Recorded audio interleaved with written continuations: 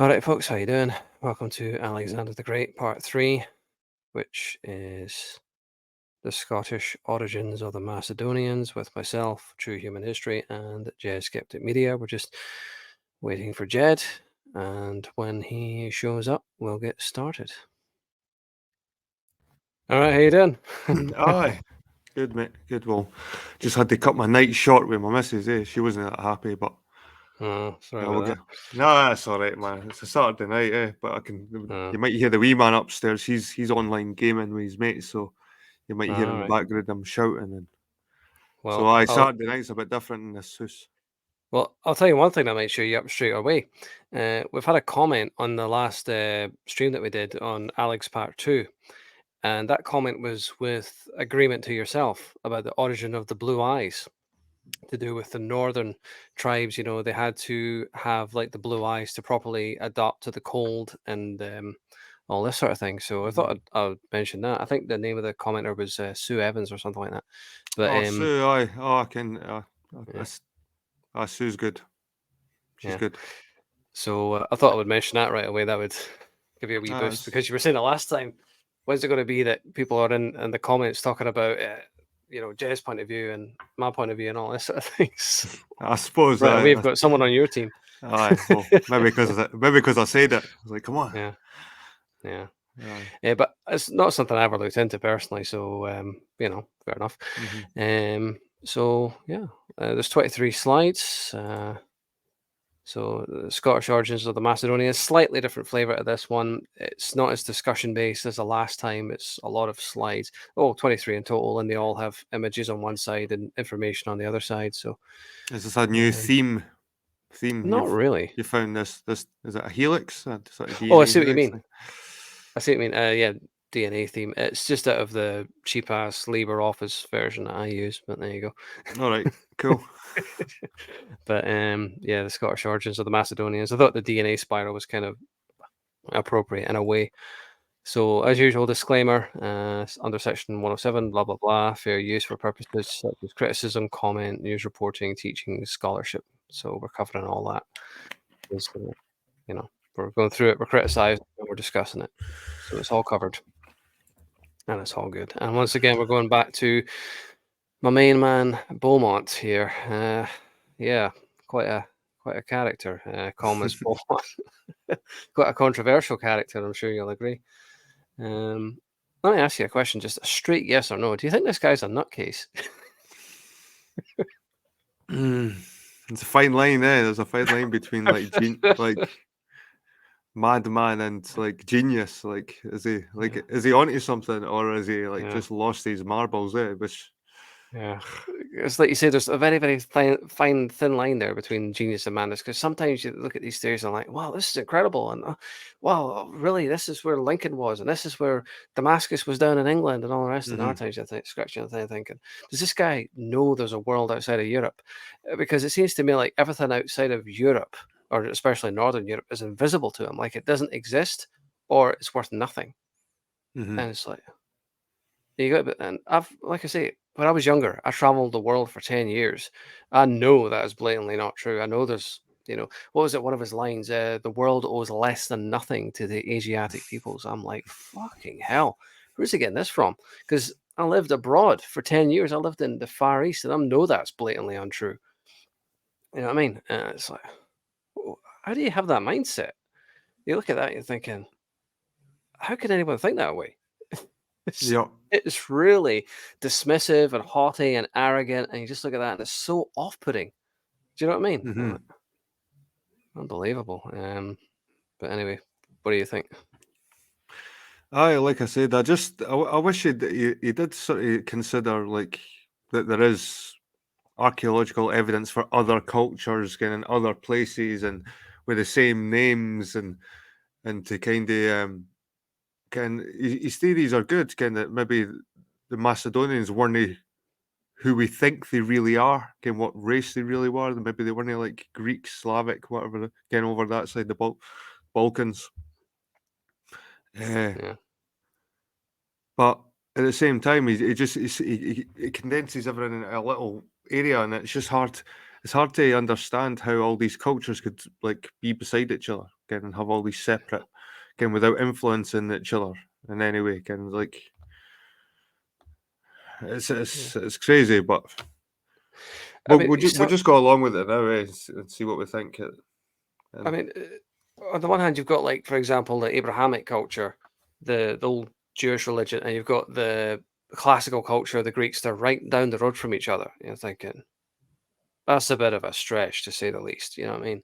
It's kind of more plausible that they were on other sides of the Mediterranean. One in the Middle East and one, well, they're both kind of in the same ish area, even by conventional standards. But like they're right on top of each other, and they have these radically different interpretations of theology, and there's totally different systems, and they're right beside each other, just down the road from each other, like an hour's drive away. It's like, that's maybe a bit of a stretch. The thing is, it kind of, I'm not being biased or anything, but like Yeah. I do believe like Britain had like tribes, again, like certain tribes all over Britain, and they were Celtic.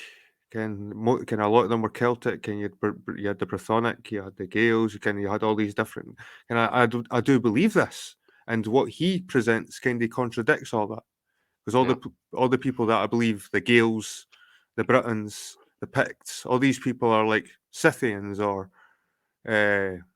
Carthaginian or Babylonian, and he's made all these tribes within Britain, like these Middle Eastern places, and I think it's just a bit of a stretch, Yeah, it really like to is. cram everything in there. Okay, it's crazy. Then you've got Greece right beside everything again happening. Again, like you've got Athens over in where Kirkcaldy or something, or Kilmarnock, or Yeah, I know. By the way, the very last slide of this presentation is the map, and I took it from a thing off Facebook. I can't remember, but it is exactly the map that he's presenting, and that's the very last slide. And I think it's a very appropriate way to end it, just to show, according to him, where all these things are. And have to remember, Britain is very small. We're not a large island. To have all these different, Middle Eastern and Mediterranean civilizations within this tiny island is a stretch, to put it mildly. But do you want to start off, or shall no, I do it? you do the honors, mate. Okay, so of Caledonian origin. So there are other outstanding facts relating to the Macedonians that are of considerable importance, for they clearly reveal that they were of Caledonian origin. It is known to the all Bible students. By the way, remember what I was saying the last time about spelling errors and grammar mistakes? This is exactly what I was referring to. Anyway, it is known to because this is copied and pasted straight from the Great Deception. Anyway, to the all Bible students that the name of Heth related to the Macedonians, and as Waddell states, L.A. Waddell, we'll get into him in the future. Great author, by the way. Was corrupted into Hittites, later the Chittim and possibly Shittim, which variation refer to, again, what's it about? Anyway, refer to Shet, Sheth, or Seth, otherwise Shetland, as their place of origin. There is no doubt as to their importance in the evolution of civilization. Heth or Sheth was accounted the second son of Canaan in one passage, but as Hittim or Chittim are called the sons of Javan, son of Japheth, earliest of all patriarchs in Genesis 10:4. Yep, it's just more of the same stuff from the sort of earlier ones that try to confirm that the Macedonians are for that area. Exactly, yeah. And the whole idea The when you watch, Chittim, yeah, the Hittites, Chittim and Shittim. yeah, Then that's shit. yeah, Hmm. exactly. Then when you watch shows like Game of Thrones talking about the first men and all the rest of it who came from the north, there's a whole tie-in with that, and some of them have like dark hair and brown eyes. Only in the show, by the way. In the books, the character Jon Snow actually has blue eyes. But the whole idea that the first men came out of the north is a theme in science fiction and fantasy sometimes, kind of thing. And beyond the wall of ice, beyond the Arctic lands, Hyperborea, it's not just common Beaumont who goes into all these theories. This is a pretty widespread theory on alternative history community. There are others who talk about it, and he's referencing Colonel Waddell there, L.A. Waddell, a very accomplished British Army officer from Scotland who went to the Orient and absolutely, by the way, disproved Beaumont's claim that nothing came from the Asiatic peoples, because Waddell spent the majority of his archaeological career in the East, and it was through the Oriental sources, the Hindu and Buddhist sources, that he was able to piece together the origin of the Phoenicians and the Aryans and all the rest of it. So Beaumont's not paying attention to his own sources in a way by making that claim, because if you look at Colonel Waddell, he spent years in the East and discovered the birthplace of the Buddha, and he studied the Sanskrit scriptures for years, and all his theories come from the East. So that automatically disproves that idea straight out of hand. But anyway, Abraham builds Hebron. Is it Abraham? When Yeah, Abraham it's just the first name for Abraham before he became Abraham. But yeah. seized the land of Canaan and built Hebron. Apparently, sons of Heth had preceded him. He was buried beside Sarah, his wife, in the cave of Machpelah, or Machpelah. Is it Machpelah? In Machpelah. in the field of Ephron, a Hittite, which Abraham purchased of the sons of Heth. 25:9-10. Abraham rode roughshod over the Philistines, or Meazaramites in those Measuremites. parts. Mizramites took their cities and extracted tribute from them, but compensated the sons of Heth for the field of Ephron. The Hittites, or Chittim, were the most active and important nation in the southwest, especially from a maritime point of view. Ships of Chittim shall afflict Ashur. Prophesied Balaam, Numbers 24-24. Yeah. I mean, would you read that? That almost. Well, first of all, my question is, why is it referring to him as Abram other than Abraham? That's like a bit of a head scratcher, that one. No, because I think he puts a lot of emphasis on the ram, kind of in other instances. Kind of ram thing is important when he's putting together the Abraham stuff. I'm sure in Britain, kind that other book that he done. Oh, sorry, mate. What's that other book? Britain. The Key to World History. Aye, that one. I'm sure he puts a lot of emphasis on the whole ram stuff. I can't remember what city in England. I'm sure again, like Abraham came from. It's got ram. But anyway, that's why he puts emphasis on the ram. I think because it fits in with his thing about the Abraham theories. Yeah. Well, when I used to look into the presentations of Michael Tazarian, I don't know if you've heard of him. When I looked into his presentations years ago, he was talking about Moses when he came along. He brought in the astrological age of Aries, which is represented by the ram. And he was trying to move away from the age of Taurus, which was the bull. And there's a whole connection with Wall Street there. The bull represents luxury and wealth and all this. If you don't know if you know your astrology and all this sort of thing, but Taurus is supposed to be all about luxury, gluttony, wealth, and all this sort of thing. And the ram is supposed to be all about action. Aries, taking action, initiative, kind of thing. It's just symbolism to do with astrology and all the rest. But that may be another reason why there's emphasis on the ram, the moving into the age of Aries astrologically. Away from the age of Taurus and into the age of Aries. That might be another reason why. I'm not saying astrology is bullshit or real or anything like that. It's just conjecture on my end. But that might be another reason why the emphasis on the ram. The symbol is the ram is the symbol of Aries. And there's the possible connection there with Mars, which is representative of Aries in the zodiac. But that's another issue. It's kind of connected, but not really, kind of thing. And so I take it that this is just telling us that Abraham conquered these lands and took the cities and extracted tribute from them, and just showing you he was like a powerful warrior almost. Abraham. Yeah, I mean, to my mind, this almost reads like a Mad Max type scenario, like because remember, this is all around about the time of the Great Catastrophe. So I'm not sure if this is before it or just around about that time. So that would be the age of warlords. who would come in and take over areas and extract bounty and beauty. Think Negan from The Walking Dead. That would be a good example. This idea that Abraham rode roughshod over the Philistines. Again, Exactly. Yeah. but people think of the Bible, think of Abraham, and they think he maybe just like a shepherd or fucking. What was Abraham in the Bible? Was he like a shepherd or something like that? Oh yeah. I mean, it's kind Like of he was lost. it. He's not Yeah. painted as this bloody warrior going in conquering Yeah. Philistines and running over the Mizraimites or whatever they're called. Yeah. Uh, I know. As soon as you're reading that, I was thinking I haven't even seen the Mad Max movies, but I get the general gist. But like this almost like apocalyptic environment where he's just going in like a warlord and taking over the whole place. Like mhm. just come on, pay up, or otherwise we're going to fucking shoot you. It almost reads a bit like that, doesn't it?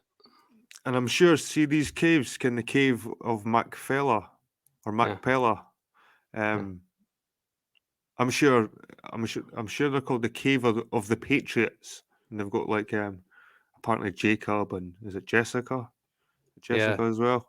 I know exactly what you mean. But these caves, they're bullshit, man, absolute bullshit. It's Even in Jordan, I think. there's even Jews out there that say they're just fake. They're just a tourist thing. Because there's Jews Yeah. at the door, kind of like there's the wee boxy kiosk, and you give them money, and you go and get to see the. Again, Mm. it's a total tourist trap, man. There's no evidence that they're even in there, or that's them, or it's bullshit. I'm sure there's a No, big yeah, cover over it. I'm sure probably. there's a big cover over it as well, just like this big cover I'm over sure. the. Yeah, I'm sure there's rabbis and there's Jewish scholars who've looked into it pretty extensively and thought, I'm not quite sure about this. I haven't looked into it myself, so I can't comment either way.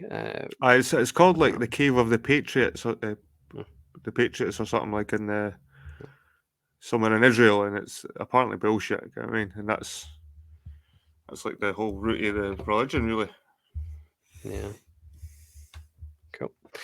making Uh, shit up. yep. So Cyprus, the Isle of Lundy. This is where we get straight back into Alexander. So they had a great deal to do with the metal trade also, and this is where I've been critical of Beaumont earlier on, but this is where you start to think Beaumont might actually have something of a point here when you get into stuff like this. So Cyprus was an important naval base of theirs to enable the ships of Chitim to intervene when needed along the lines of sea communication. Cyprus produced copper. Well, you're thinking Cornwall there in Devon. But eventually, the original Cyprus was destroyed in a huge earthquake and became derelict. But then again, when was the last time we ever had an earthquake in Britain? You're gonna. That's kind of where the Mm. argument kind of stumbles a bit. But anyway, But it was he said the original Cyprus. yeah, So I didn't think he was implying Britain. But what was the original? What Lundy, does he think was the original Cyprus? Lundy. It's off the coast of England. It's off the coast of Cornwall, actually. It's I'll show it on the map on the next slide. So Right. it was destroyed in a huge earthquake and became derelict. It was then called Ophusia Island, Isle of Serpents. Again, this idea again. I did a Mars and Atlantis in the Hollow Earth earlier today. Serpents, serpents, serpents. It comes up all the time. But anyway, sorry, I'm getting sidetracked. Meaning earthquake, volcanic eruption, lightning, etc. I have identified this island as one of the Isles of Chitim, surviving it as Lundy, 16 miles off the west coast of Cornwall. Today, a mass of meteoric debris. It is perhaps interesting to record that when Alexander the Great was besieging Tyre, he prevented the Tyrians from sending their women and children by sea to Carthage. So the idea was that the Macedonians, when they pushed south and started conquering, they took over this little island. And I'll go into the next slide and I'll show you what I mean. Sorry, it's not this one, it's the next one.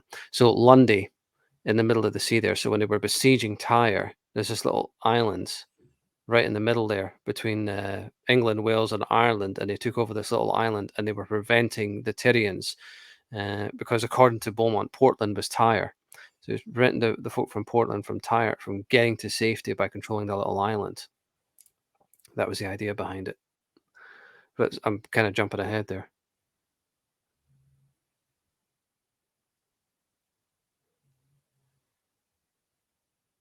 So what? Well, just that they controlled this little island in the middle of the sea. This was apparently the original Cyprus.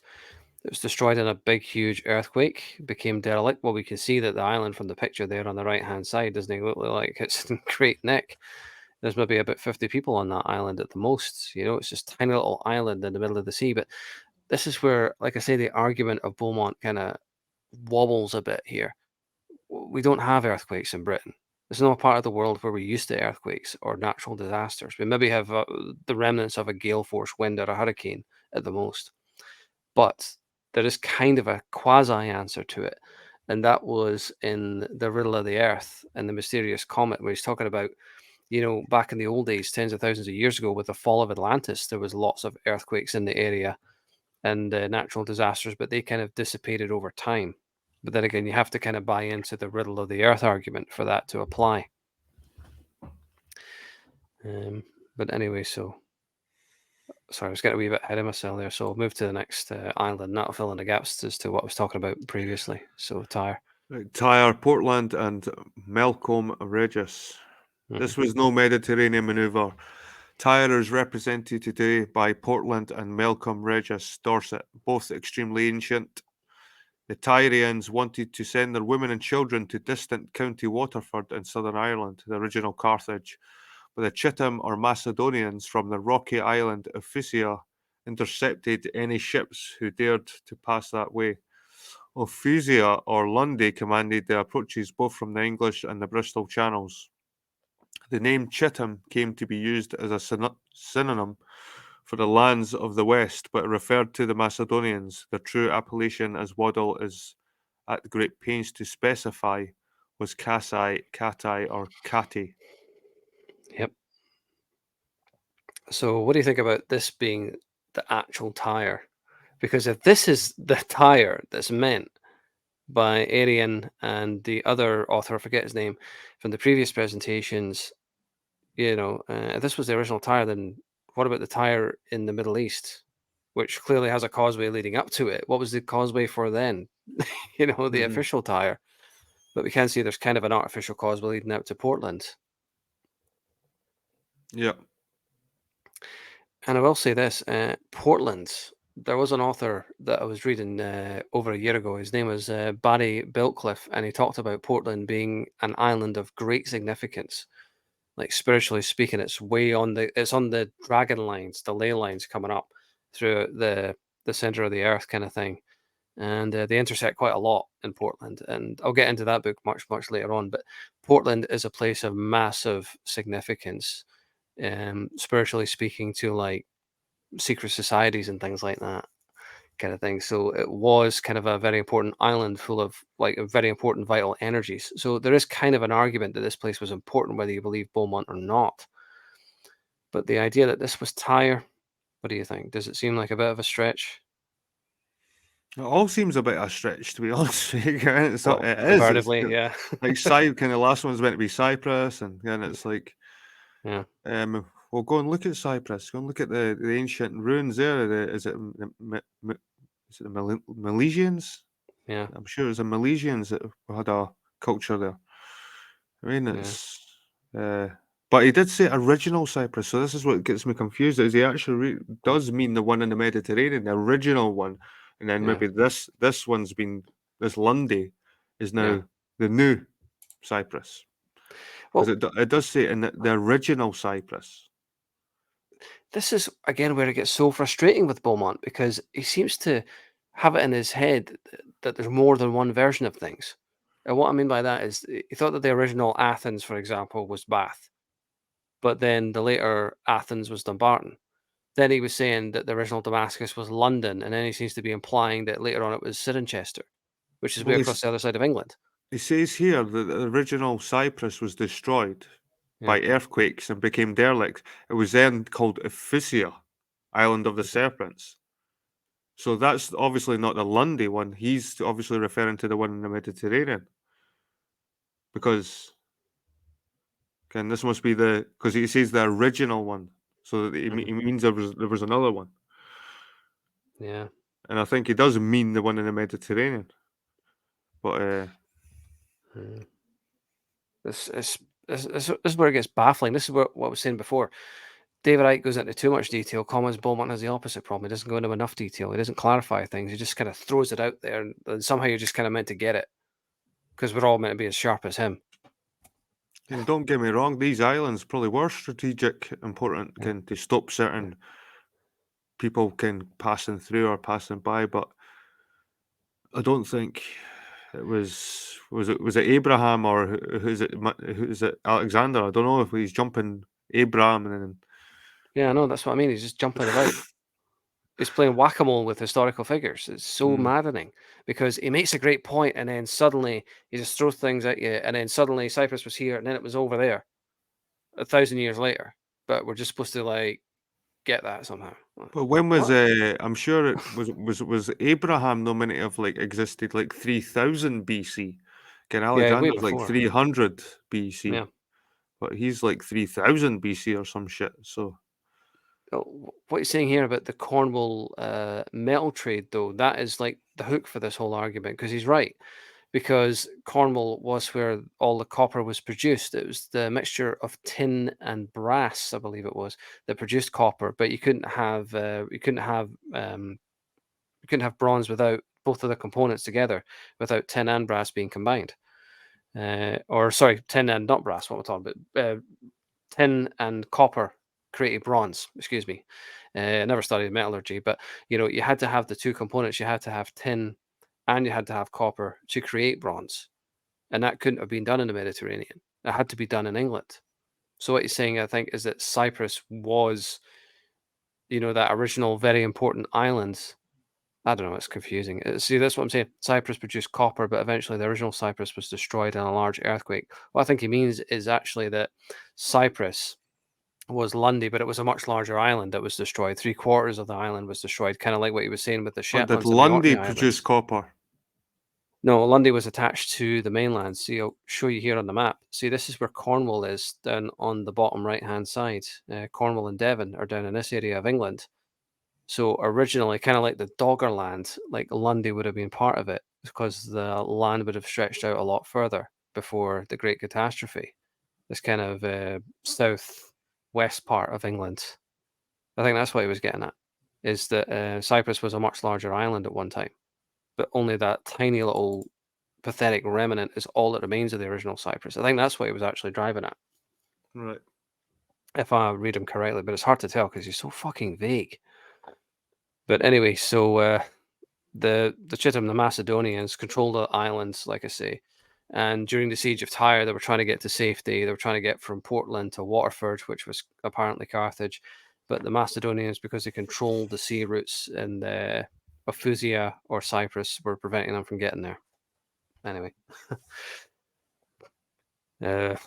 baffling. Though. What do you think? But you would see if it was ancient times, you would have travelled around the coastline, kind of Yeah, around Cornwall and then up. You would have went straight over to Ireland from the bottom corner of Cornwall, straight over, kind of like St Ives. yep, That'd be too perilous. You'd follow the coastline round, and then get to probably like the edge of, is it Wales up there, the corner of Wales to get over to yep. Ireland.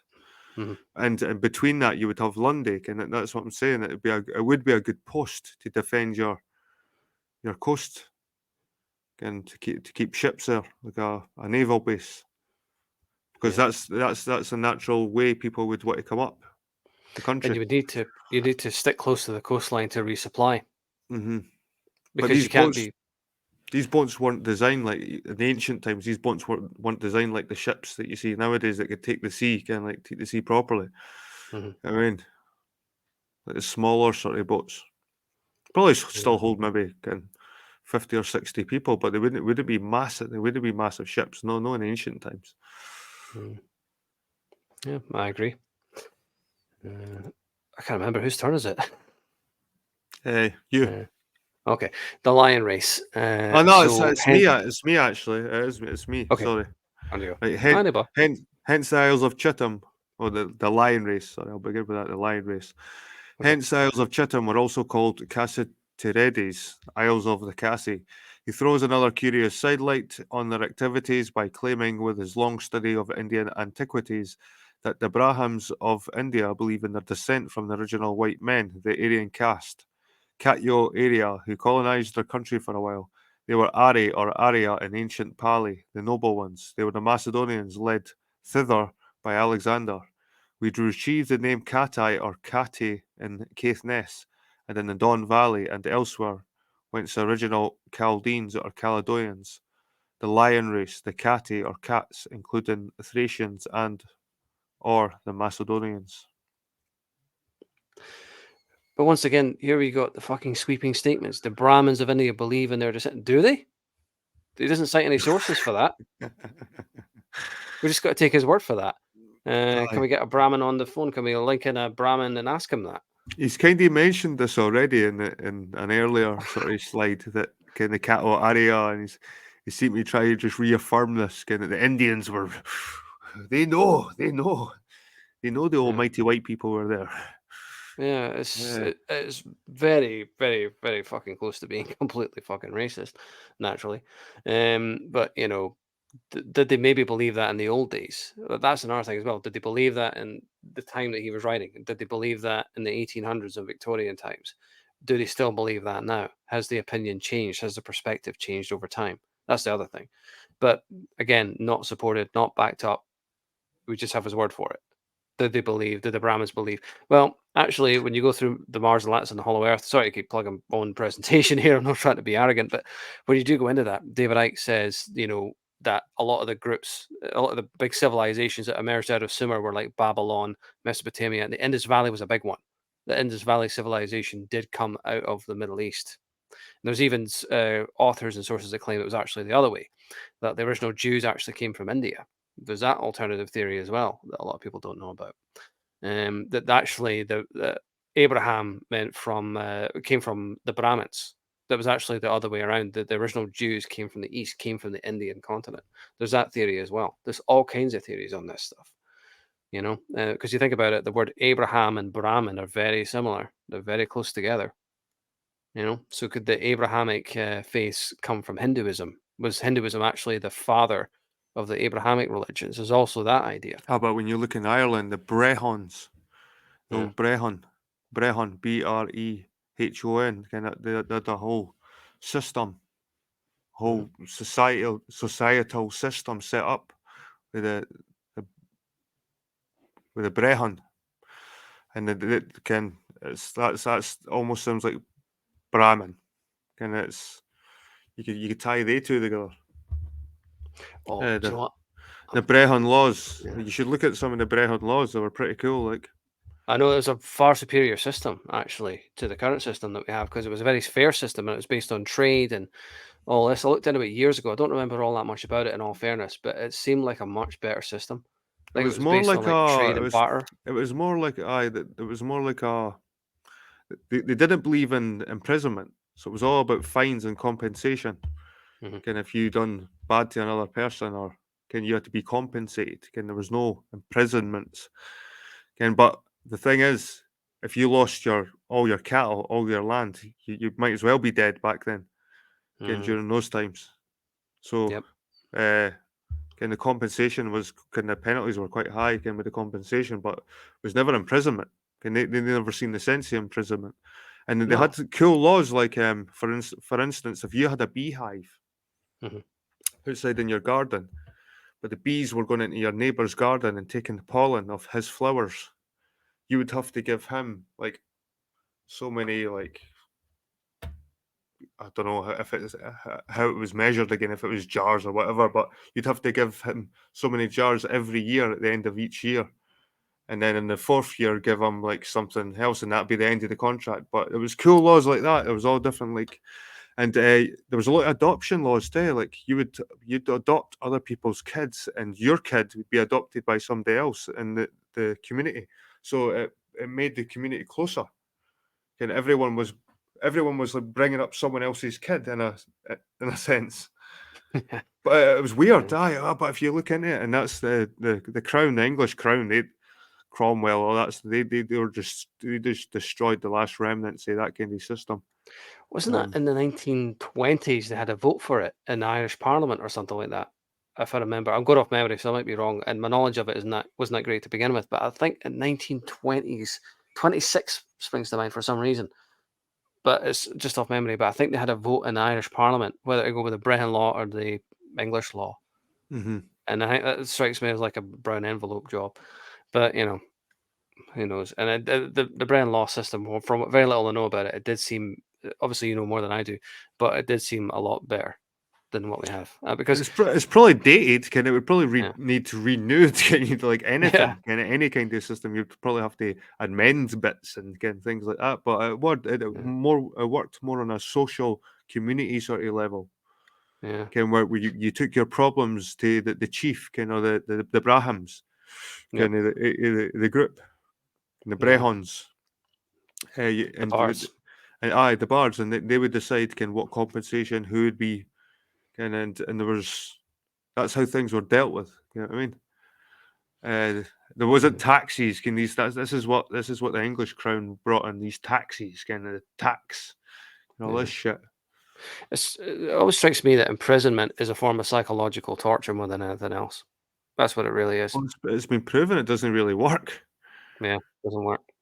It You know doesn't what I work mean? at all. Imprisoning people is psychological torture, in my opinion. That's how I look at it. But just the thing here with the Don Valley, I can't help but think of when Scotland was Jewish, because a lot of the Sephardic families who came into Scotland after the Spanish Inquisition, the second wave from Iberia, one of their main bases was Aberdeen. There's a lot of Jewish families in Aberdeen. A lot of people don't even probably know from Aberdeen that they're of Sephardic Jewish lineage. It just sprung to mind for some reason. The whole Aberdeen connection there, and the theme of the lion, the symbol of the Lion of Judah. I'm thinking these Sephardic families, they're going to Aberdeen, they're going there for a reason. They're not just randomly going there. Well, possibly the reason is because it was a good trading port, but there's probably more to it than that. It's a thin connection, but nevertheless, it's just an observation. I don't have a point with that, by the way. It's just something that sprung into my head. Hmm. Um, Cool. but yeah, so let's move on to the next one. So Ur of the Chaldees, South Orkney. So the famous latter people were descended from the Edonians. Again, this whole thing of, Commas Beaumont latching onto the middle syllable, the Edonites, the Edonians, whose territories originally embraced eastern Scotland from the Moray Firth to the mouth of the Tay, hence the name Mac, the son of, which you mentioned the last time, the Edones. Their religion, the religious head was the Gad or God, Hermes, chief hierarch or archdruid, whose city was Ur of the Chaldees or Samothrace in southern Orkney. These people sent colonies to southern England and to Gades or Sodom, Avonmouth and Somerset, called Hittite or Chittim, even before Abram and Lot reached those same parts. If any existing people can claim to be the Atlanteans, it is these Caledonians. The Adonians. It's crazy because you've got the Hittite kingdom, and it was kind of in Anatolia, old Turkey sort of area. They're kind of more leaning towards Celtic culture. The Hittites, they're more on the Celtic side, kind of like Indo-European, and they Yeah, traded a lot with the Egyptians. Again, south of them, they even swapped like marriages and stuff like that for peace and stuff. Because the Hittite and there's lots of evidence over there again for Hittite stuff. I big just find it chariot riders. remarkable. They were chariot riders. Or Celt. That's what I'm saying. They're Celts. I do believe the Celts were a widespread people, and they come all shapes and forms. A Celt is an awfully broad, sweeping word. Because Yeah. there's all different sorts of Celts. Oh, yeah, different Uh, groups. but I do believe the Hittites were probably a Celtic sort of Indo-European peoples. Yeah, I mean, even in the Caesar Wars with Gaul, I read all that years ago. Like the Germans were more like forest dwellers and living off the land, whereas the Gauls themselves were more pastoral and they were more a farming community and they were a bit wealthier. The Germans were like supposedly the better fighters, more ferocious, but the Gauls were like not thought of as great fighters and all this, or as great because they were more pastoral and more farming communities and all this sort of thing. But they all would have descended from the Celts originally, I would think, Hmm. you know, in that kind of Central European area. It's just the circumstance and the area and how they would adopt to their environment and the circumstances over time. But also, there's the theory that the Lothians are named after Lot. I think I got that from Beaumont as well, by the way. It certainly sounds like one of his sweeping statements. No, no, I think I've looked into that one, and I think Yeah. it's they find it hard to nail down the Mm. exact origins of the Lothian name, but I think they do come down to some conclusions. It could be to do with Lot. I think even Wikipedia will fucking say that again. I mean, but Yeah, exactly right. Yeah, the Adonis. So shall we move to the next one or anything else? uh, so he says the famous latter people. Who were the latter people? Which part? Oh, hang on. Right, Embraced. the first paragraph. The The famous famous latter latter. people. Okay, Who were the so latter people? I guess he Is he still means. talking about the Chaldeans, the Caledonians? I think he means the Gad, because he talks about that a lot when you get to Edinburgh, Jerusalem connections and all that sort of thing. The Gadanites, or the people of God, or the Gad. I think that's what he means. Because like the Gad or the god is represented by the lion. I think it was one of the I'm symbols. sure there was an ancient tribe back in the day with Gad, called Yeah, Gad, an old yeah. tribe. The Gadites or the Gadanites or something. It says that they're. I think I remember reading even in his work they were known to the Jews, as in they weren't actually Jews, but they were known to them, like they were related to them or something like that. But like they were kind of they worshipped Hermes, for example. The Gadanites, that was their deity. Um, the god of the roads and the travelers, this Greek deity, shows up in the north. Um, yeah, that's what he means. It Gades, the Gades, or Sodom, Avonmouth, Somerset. Again, putting everything in England. Hmm. Um, And that if any existing people can claim to be Atlanteans, it's these Caledonians. yeah, you can just sense. I don't know if I should use exactly the word pompous, but you can almost sense that, can't you? It's like these people are like the Caledonians or the Atlanteans and all this, without really. And he's just making all these sweeping statements. I think when he's writing this Does he Beaumont, he's not almost like, believe there was any Vikings? Does he not believe there was any Anglo-Saxons? Does he not believe? I've not heard one fucking Viking, one yeah, Anglo-Saxon. Kind of, yeah, he's not just destroying fucking other people's cultures for other Mediterranean countries. He's yeah, ruining our own fucking cultures. Because we can go up to Anglo-Saxon, but look at the artwork, look at the different kinds of styles, and can look at the royal lineages and stuff like that. And he doesn't mention fucking once these people, and we know they existed in Britain. We mm, know the Vikings were kicking about storming fucking monasteries, just killing monks, and mm. uh, Well, but is this happening so much earlier than all that that it doesn't even matter? he does, in all fairness, but not in this part. It's just not in this section, because I was working on a couple of presentations earlier on today where it talks about the Syrians and the Assyrians and all the rest of it and the Vikings. I think it kind of mentioned, but you're right. It just kind of seemed to push them to the side. The Vikings really don't get mentioned that much, based upon what I was working on earlier. But yeah, they just kind of get swept off to the side, like they don't matter, or like they're the same things. Because no, I was working on the Damascus connection with Cirencester. That's a presentation I'm working on, and he mentioned about the Scandinavians and Ascania in Denmark. He does mention it in a different part of the book. Though actually it's not this book, because this is written the key to world history, but it was in the Great Deception. Or maybe, I don't know. It's hard to keep it all straight. But he does actually mention the Scandinavians. I don't think he uses the word Viking an awful lot, though. You're right about that. He just kind of, it's more broad strokes. It's the broad stroke, the Ascani, or all this sort of thing. In fact, I think he was even making the point that the Ashkenazi are from Scandinavia. The Ascania, from Ascania, you get Ashkenazi. So again, he's making the whole Northern European Jewish connection, but that's another presentation. But sorry, just to answer your point there. But yeah, I So, mean, he's making again all these big sweeping statements. Like I think Beaumont genuinely thinks he's making these profound points, and people are just going to believe everything he's saying. But he's not anywhere near backing it up enough for mhm. my for my taste. Anyway, I'm sorry. Go ahead. No, I've kind of said what I've had to say about this slide. But yeah, like I say, there are other presentations I'm working on at the moment that do address the Scandinavians. I've forgotten whose turn it is. Is it your turn? You can go anyway. There you go. The ancient clan, or the Macintosh and Tor Castle. Yeah. The ancient clan Chatan still flourishes. Among its chiefs is a Macintosh of Macintosh, whose estates stretch from Petty to Lochaber, and who claims descent from Heth, son of Canaan. Such is recorded in the Iona Club transactions, which contain the pedigrees of the most ancient Scottish clans. Long ago, the Macintosh dwelt at Tor Castle at Inverlochy, today a crumbling ruin, yet famous as the site where Banquo, whose ghost so troubled the usurper of Duncan's throne, was murdered by Macbeth.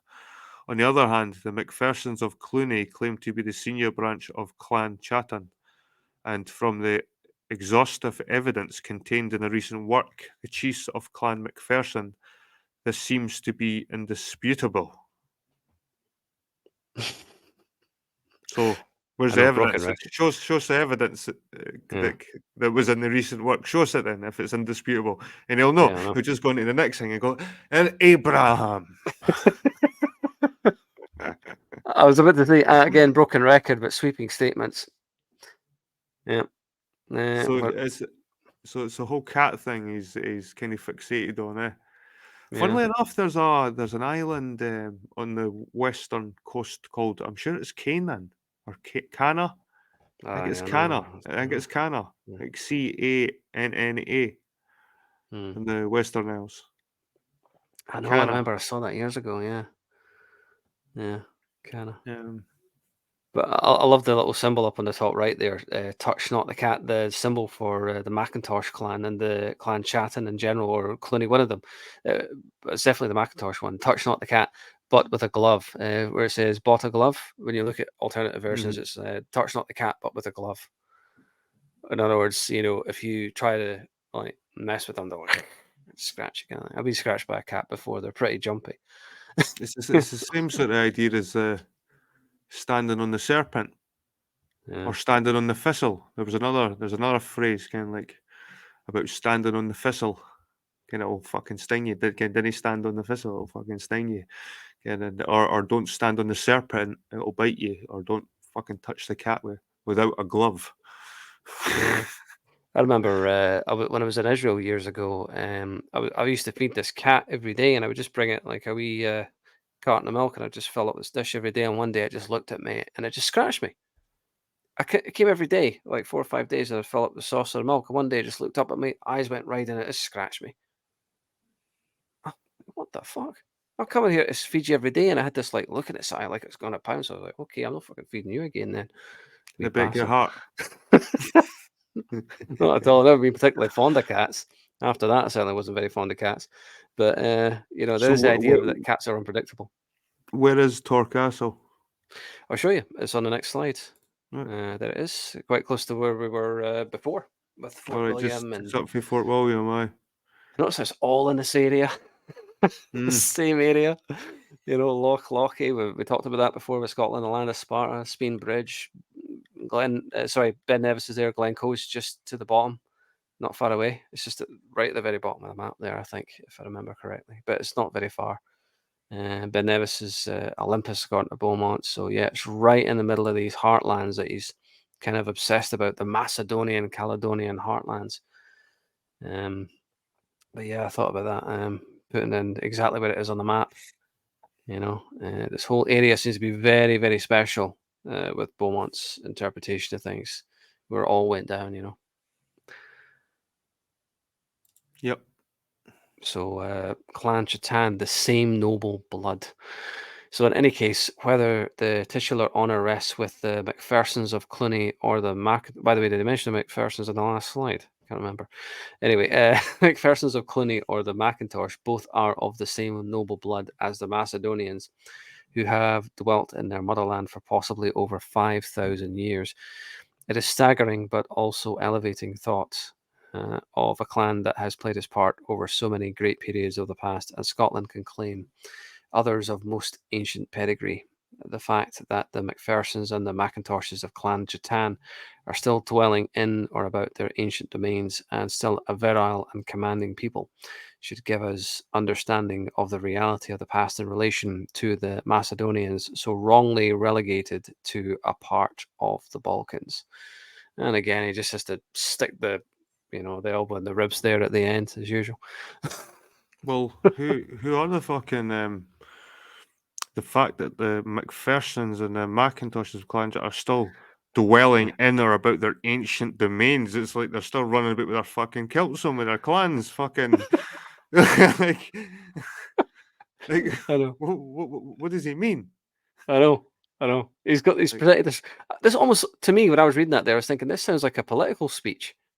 a virile and commanding people. Nah, there'll be some fucking old lord sitting on his fucking castle, can we a big fucking fence round it. You know what I mean? Yeah. That's it. He's no I go. commanding virile fucking anybody.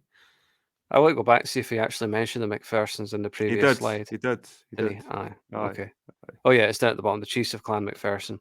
It's right at the very bottom. Just mentioned it right Mm-hmm. at the end there. And then the rest with the Macphersons of Cluny. So he's not even built it up that well. He just mentions it in the end and straight into the next one. Both are of the same noble blood as the Macedonians. And by the way, the Highlands of Scotland contain like less than 10% of the population. So he's talking about the virile and commanding people in their ancient homeland. I'm like, this sounds like lyrics out of a song or something out of a Burns poem or something like that, but Mm-hmm. it's not Aye. quite the reality. You know what I mean? Mm-hmm. But interesting symbolism with the ship there. I thought, the being people of the sea, the lion representing the people of the cats, that sort of thing. Very interesting symbolism. But yeah, this is a bit of a more romantic idea than if you're watching this and you're from like Canada, the US, or something like that. You go up to like Ben Nevis and Fort William and all this area. This is a bit more romantic than the reality. I'm sure the Macphersons and the Macintoshes were their own clan. Again, there Yeah. was like the fact that the Macphersons and the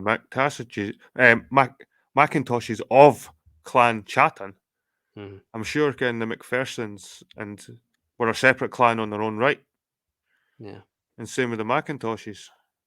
Sure, they probably were. I mean, the way that Well, it's Beaumont the same is again. He writing just about them. pulls Yeah. them. I know there's seps, Ken. So you've got like a main clan, and then you've got seps. So maybe Mhm. that's what he means.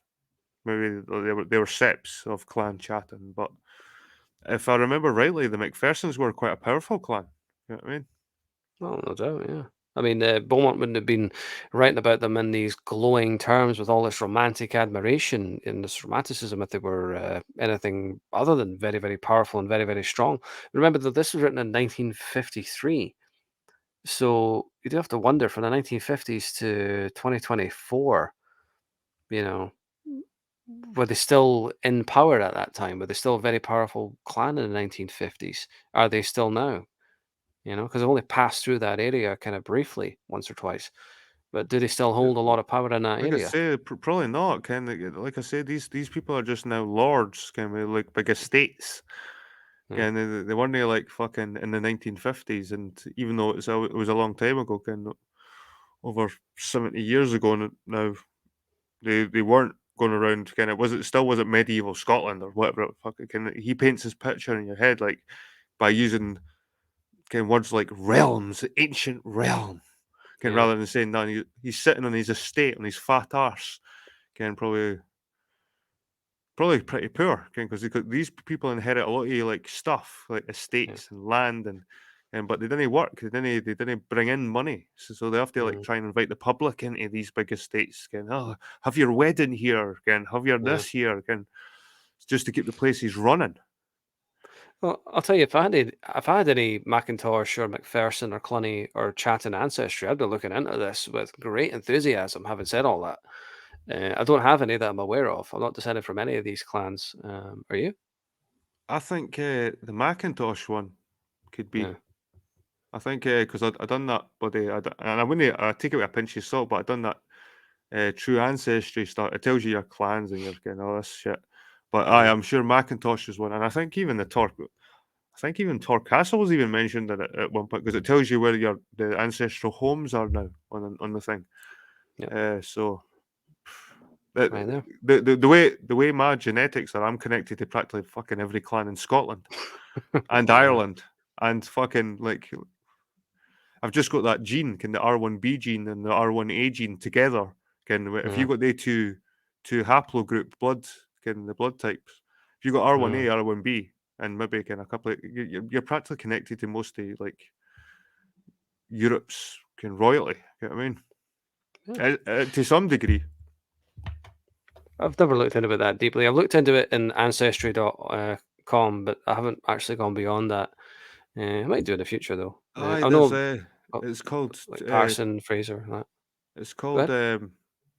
it's called My True Ancestry. My true ancestry. I Aye, might, aye. might check And that what you out. do is you download the data from your ancestry site, Mm, ancestry.com. There's a little thing you can pick to download the data. It takes two seconds to download it, and then you upload it to My True Ancestry or GEDmatch. GEDmatch is another one that'll tell you something a bit deeper. Can ancestry.com just gives you a little just gives you a sort of contemporary, and it doesn't yeah, really go back that far. And yeah. you want to know the journey of your genetics, not just what you are. Mm. So aye, you should look into it, mate. Oh yeah. I was about to write it down, and then I realized I could actually just play it back later. Aye, but like I say, I take all these Yeah, sites as well with a pinch of yeah, salt, and yeah. it's got me connected to the Scottish fucking royalty. It's got me connected to the English Mm, royalty, Belgium royalty. Fucking, it's got me connected to the Arpads. I don't even know if you've seen one of my videos. The Arpad. It's like an old mm. Hungarian fucking royal dynasty, which a lot of European royals are connected to as well. Well, yeah. I mean, So, Queen Margaret. She was born in Hungary. She was the matriarch of the Scottish through the what they called King David. The Mac. What was they called? What were they called again? King David, the Canmores. mm. The matriarch of the Canmores. Queen Margaret was from Hungary. The last Saxon princess. She was the older sister of the last Anglo-Saxon king, Edgar Atheling. Queen Margaret was his older sister. She's from Hungary.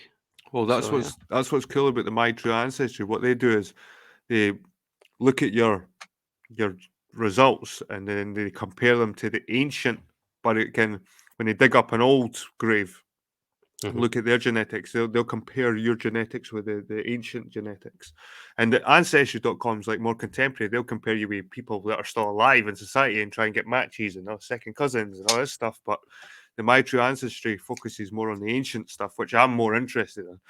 You know what I mean, I don't care I'm if I've actually got a second cousin in Australia or some shit. So what? I'm actually writing that down. My true ancestry, and what was the other one? The Jed match. Jed match. But there's videos on it if you don't know really what to do with the. It's so simple. If Hmm. you just look for the on the heading on the ancestry, there'll be a heading and there'll be a title something like DNA downloads DNA, and you'll just get a little zip file. Ping! It takes like a couple of minutes, and then you upload when you go on these My True Ancestry site. They'll ask you again for an upload, and then you upload it, and then they have a deeper look. It is it's good, but as I say, take it with a pinch of salt. I wouldn't get too Yeah. carried away. You know what I mean? Well, we'll say one thing. As much as I'm kind of giving Beaumont a bit of a hard time here for making these big sweeping statements, I really do wish that the Scottish people would have more pride than they do have. Because when you go into Edinburgh, it is fucking depressing how dirty it is and all the litter everywhere, all the smashed bottles, all the junk over the graveyards and all this. And it almost depresses me some days. I think to myself, we are lions who've lost their pride. You It's not know, just Edinburgh, mate. I was in Falkirk and Stirling today, like both yeah, city centres, yeah. because I was thinking it's my son's birthday coming up, and All right. I thought I'd take him out this weekend instead of because his birthday's next week. So I thought I'll treat him this weekend. So we went to Falkirk and then we went to Stirling. But God, I went to one of these underkin these multi-story car parks, Mm. and see in the stairway. Oh my god! I think Right. drug addicts or alcoholic or whatever, just the nastiest people must be like living these things at night time, just hanging about in these places, man, because it was stinking of piss. It was kind of had rubbish Yep. everywhere. It was quite bad, like I'd say. And Falkirk was quite bad. Mm. Stirling wasn't as bad. I didn't see as like much. But aye, it seems to be everywhere, man. It's not just Edinburgh. It seems to be any city, and any Mm. like sort of major city in Scotland. It's And getting a then bit shitty. you read things like this, and it's I don't know about you, but it's just depressing because if Beaumont is right, I mean, it's kind of a long shot that he's right. I think he's kind of right in some ways, but or he's got a point sometimes, but he doesn't back it up enough. But when you read things like this, and then you go to Falkirk or Stirling or Edinburgh, you're like, how did we fall so far? How did we become this lost? You know. Tell But what was the anyway, crazy thing about Stirling? mm, Like when me and my son were walking through the streets, we were looking at the bins, the street bins, yeah, and they were covered. I mean, absolutely covered in vape stickers. It's like when you open a brand new vape, you take it out the packet. There's a little sort of rubber cork where you suck with the bit where you suck. You take that out, and then at the mm, bottom there's a little sticker. There's a little sticker to sort of release the. It's like a vent, but these bins covered. I mean, you couldn't even see the actual black. The bins were black, but you couldn't even see like the tops, and they were absolutely covered. Maybe people watching maybe got the same problem in their areas where there's bins just covered in the vape stickers. mm, But that's something I've not really seen in Edinburgh. Maybe I've not noticed that. I don't know again, but I've just never mm. seen that. So that was strange Oh, about Stirling. you go up to St Andrew's House, you see folk vaping all the time, mate. I can Aye, promise you.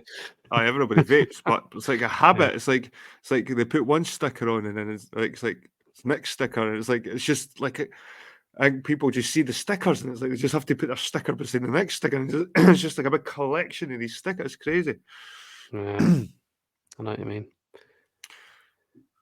But what you're saying here about the different areas and all this is actually taken from Wikipedia. This was all the clans on this map here that are connected to Clan Chatton. So you've got Clan Davidson, McIntosh, McQueen, McThomas, Shaw, Farquharson, McIntyre, McPherson, MacGilway, I think that is, MacPhail or MacPhal, and MacBean. So I don't recall having lineage with any of these clans personally. It's certainly possible, maybe even probable that I would have because I do have ancestors from that part of Scotland. I just don't recall my aunt ever telling me that we were connected to any of these families because she told me on the phone years ago all the clans that I'm connected to on my father's side. But that is quite an extensive area in the northeast of the Highlands. What Beaumont is claiming was Macedonia. So yeah, but in Beaumont's version, it's more extensive than that. But even in the Wikipedia page, you've got all these different clans that are connected to the Chattan, the line race. So all these clans were apparently Macedonian. Yeah, they marched with Alexander the Great, and they conquered the known world, and they got as far as India, and apparently instituted the Brahmin caste system, which I don't really believe. I think it already existed in some form or another before they showed up. They probably would have contributed to it in some in some sense, but Nah, I think there's been genetic studies, man, on that. Like I said before, man, I'm sure that the North Indians have got some kind of Greek connection, like in connection with some Greeks or something like that. And I'm sure they have. Like I'm sure genetics has kind of proven that. well, if anyone's watching this and they're from North India, let us know because that would be interesting. Hmm. Or if anyone studied it, if anyone studied it on an academic level, or for a teacher at university or a student from any of these areas of North India, get in touch, let us know these things because it would be interesting to know the extent of the Macedonian Greek connection between northern India, the Macedonian colonies in North India, going back to Alexander the Great. Like I say, no doubt there was some sort of system that would have been implemented by the Macedonians So on the locals. where's the Picts at this point? Is this who he's saying the Well, Macedonians are? The Picts. the thing is, the term Pict, if I remember, was the Roman term for them. That's why they seem to just disappear out of history. And they didn't disappear. It's the Romans disappeared. It's not the Picts disappeared. It's the Romans left. The actual name for the Picts was the Iberi. So if they're called the Iberi, why are Yeah. they known the Macedonians? Well, I My don't know. point is like doesn't matter what you want to call the Picts or what they called themselves. Mhm. That they existed in this area Oh yeah, they before. did. They were probably some of the earliest peoples to live in this area. Like before the Picts, I don't know if there was some kind of Indo-European tribes or kind of like Bell Beaker tribes or some shit hanging about before them, but Something's just occurred to me, just as you were talking there. I didn't want to interrupt, but a thought just occurred to me there. The Picts were often described as being like small in stature, almost like dwarfs no, or something like that. they Did I were read that described somewhere? as tall, man. They were quite described as Or what pretty am I thinking tall of? people. I was thinking that, or I read that in Then a you book get the somewhere. Like, fairies or gimpy things in Ireland, maybe, or what was leprechauns it? or some shit. I was not. Yeah, that's what I was thinking. I was thinking of the leprechauns. I was thinking, might there be some kind of connection between Oh, the the pics were meant to be leprechauns and the tall. Picts? Okay, I don't know where I read that somewhere. Like, it might be one of these mainstream history books that completely cocks it up, but I'm sure I read it somewhere that the Picts were meant to be like short, dark, and swarthy. But I don't know. Let me know in the comments below this video if you read the same source, or maybe I'm misremembering. I don't know, but I don't know. I seem to remember that they were short and dark, but they were also supposed to have a connection with the Basque as well. And again, that term Iberi, well, that's the Iberian Peninsula is like Basque country, but it's also Spain and Portugal. And apparently, the Basque and the Picts were all descended from Atlantis, which is what again Beaumont was saying here about the Macedonians, or was it the one before this? There was the one where he's saying about they were descended from. Would I have to go further back? Yeah, if any existing people can claim to be Atlanteans, it's the Caledonians. And then there's the whole thing about the Basque and the Iberi, which were the Picts, are supposed to be genetically related to each other. They're supposed to be cousins. It's interesting when you start putting the dots together like that. But you're saying that they were tall. Yeah. But Apparently, I, they're I described have as heard tall. I have heard of areas in the world where you get really tall people mixed in with really short ones. There are areas of the world where that does happen at the same time. I'm actually not arguing with you if you think that's what I'm doing. I'm just saying I have heard of that before, where you get areas with tall people, really super tall people mixed in with really short people. So there might have been that as well, but I'm not entirely sure. I'm just going off memory on that one. But shall we move to the next one? Yep. Okay, so yeah, on you go.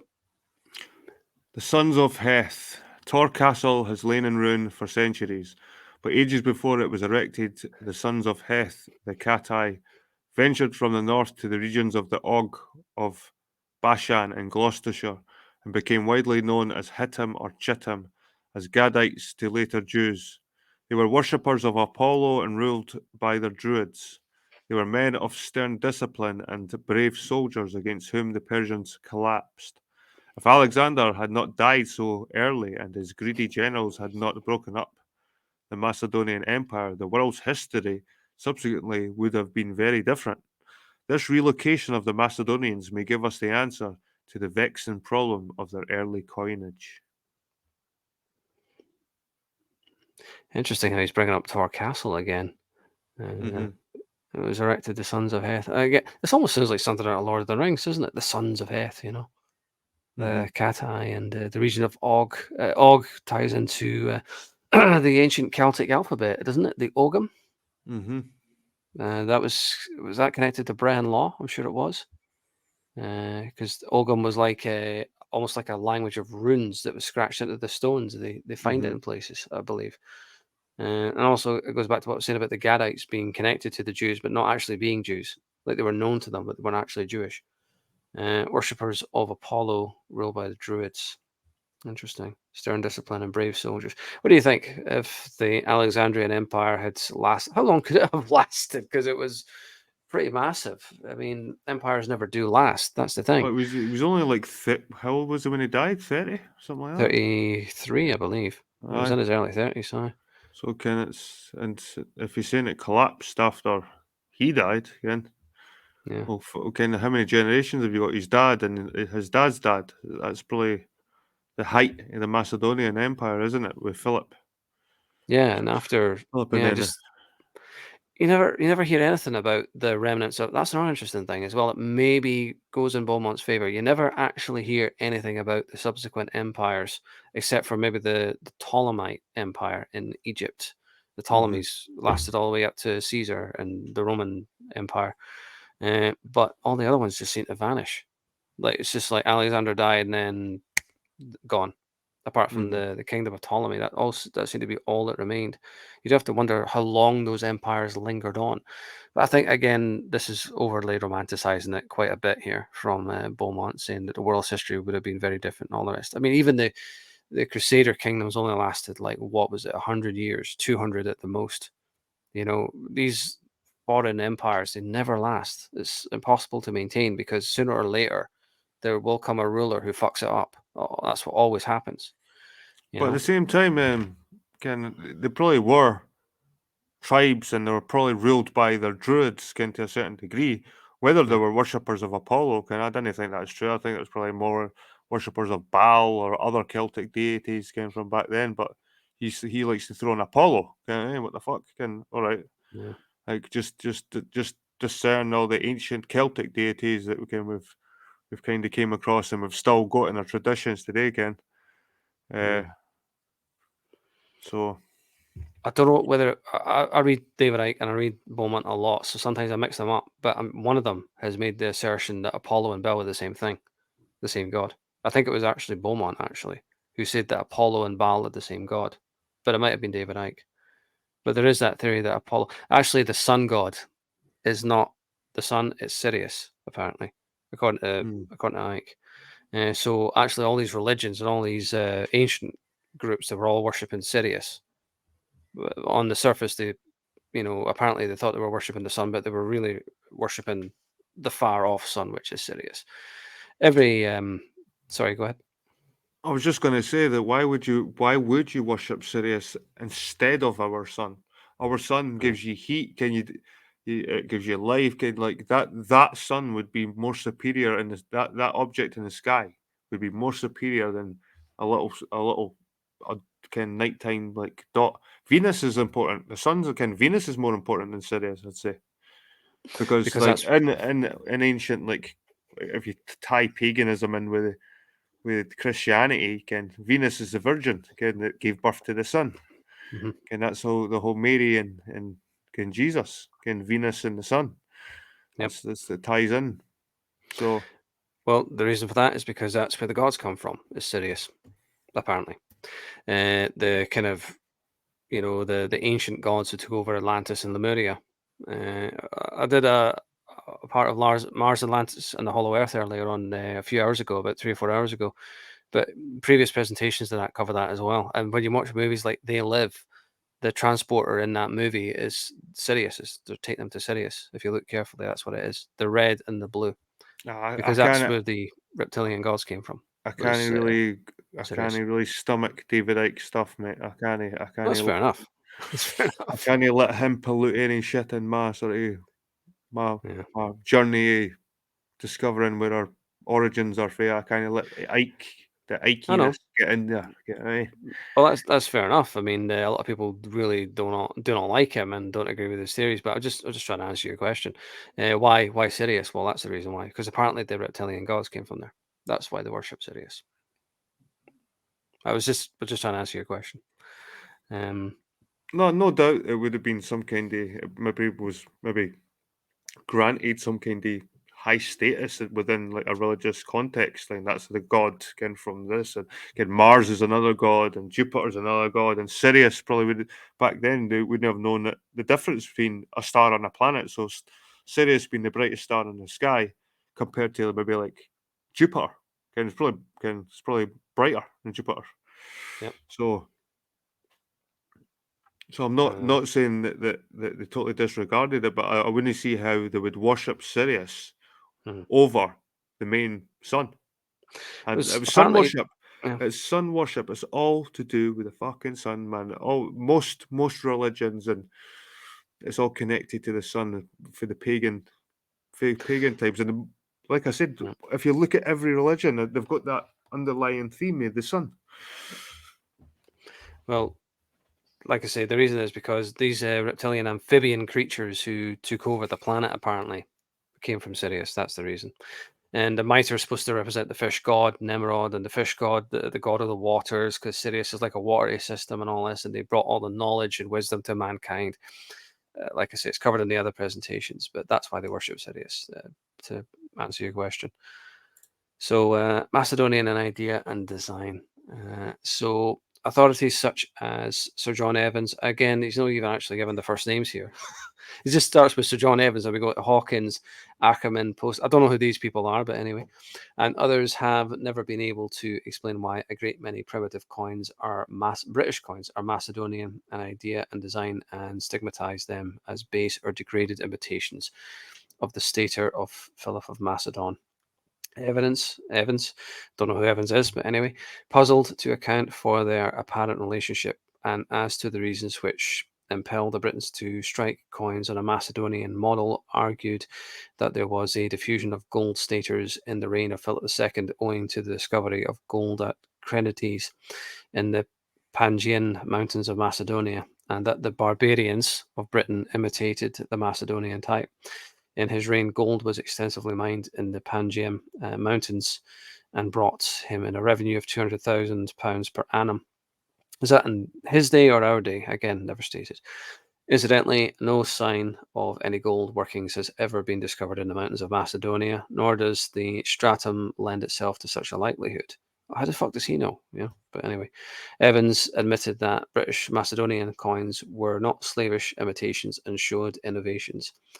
Quote, no doubt of the derivation from the stator, he said. Possibly an original type, and probably the carefully dressed hair was one of the attributes of Apollo Belenus of Gaul and Britain, whose head it is supposed was represented. So he's really gone in with the coins here. The coins are proof that the Macedonians were from the British Isles. Well, And there's that the Apollo Belenus. yeah. So there's Bell. Can Bell. Yep. But again, this haughty, just sweeping dismissal. Oh, these mountains of Macedonia where the gold mines were supposed to be. Oh, there was never any gold mined from there. First of all, does he know that for sure? And second of all, if he does, prove it. Where's your evidence for this, Beaumont? But again, we're just supposed to believe him, you know? And brought in a revenue of £200,000 per annum. Okay, that day's currency or this day's currency.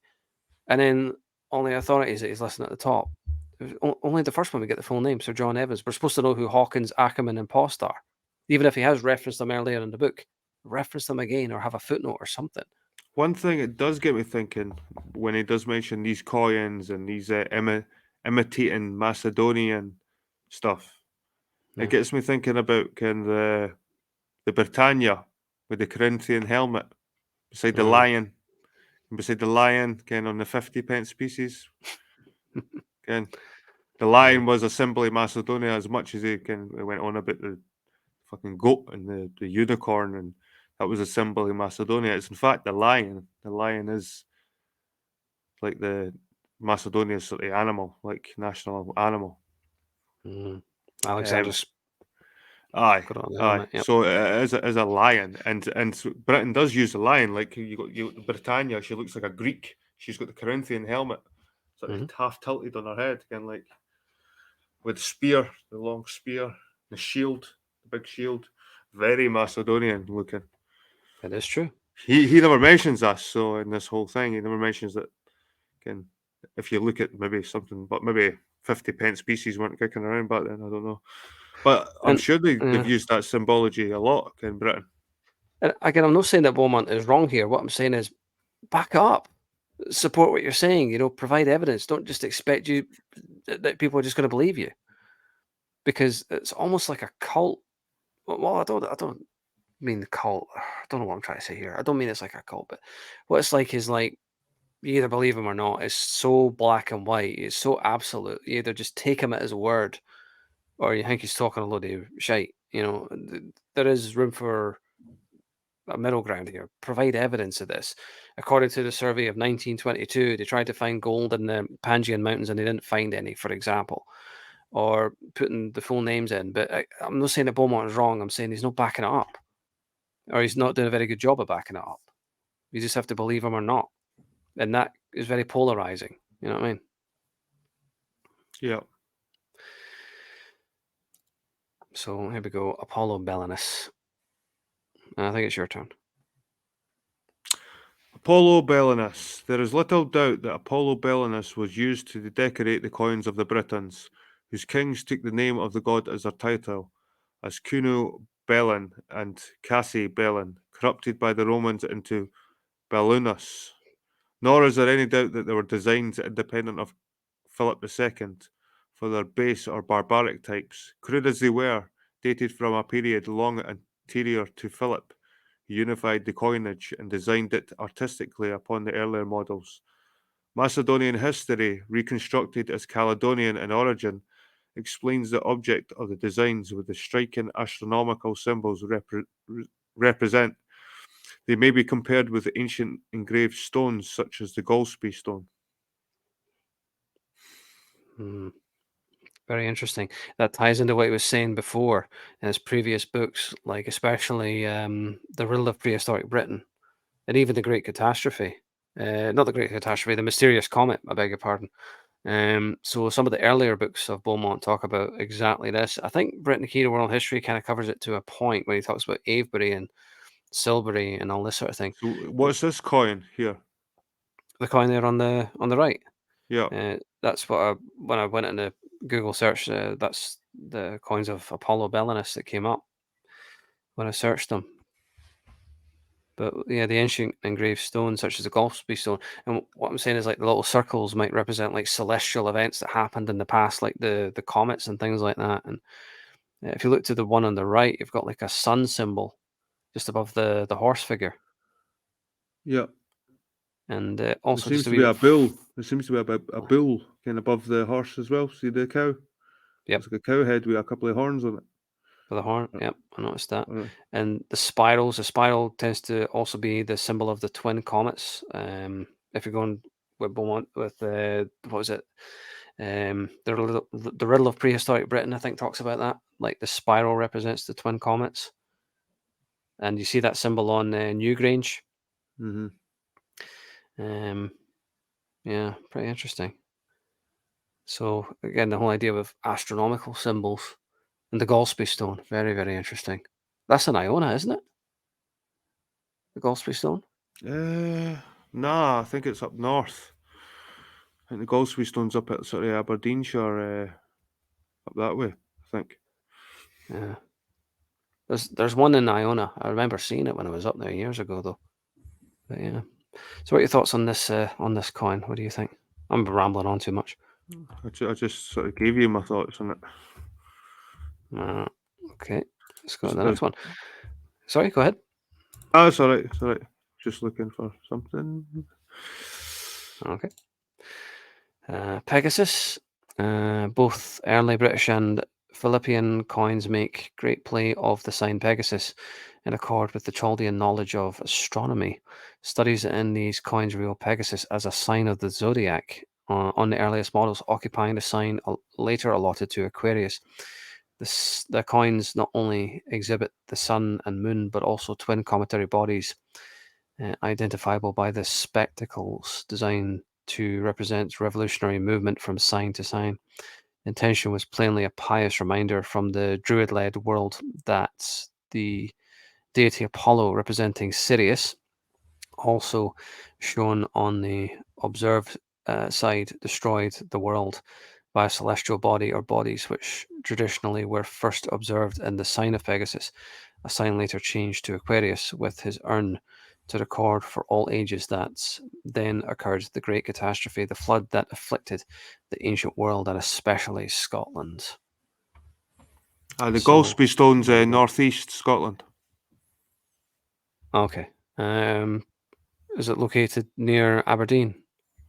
That's Somewhere around what. about Well, there. that's what I said to you before. I says I think it's up Okay. Aberdeenshire sort of way. Yeah. No, I mean like when you were looking up there, but doesn't matter.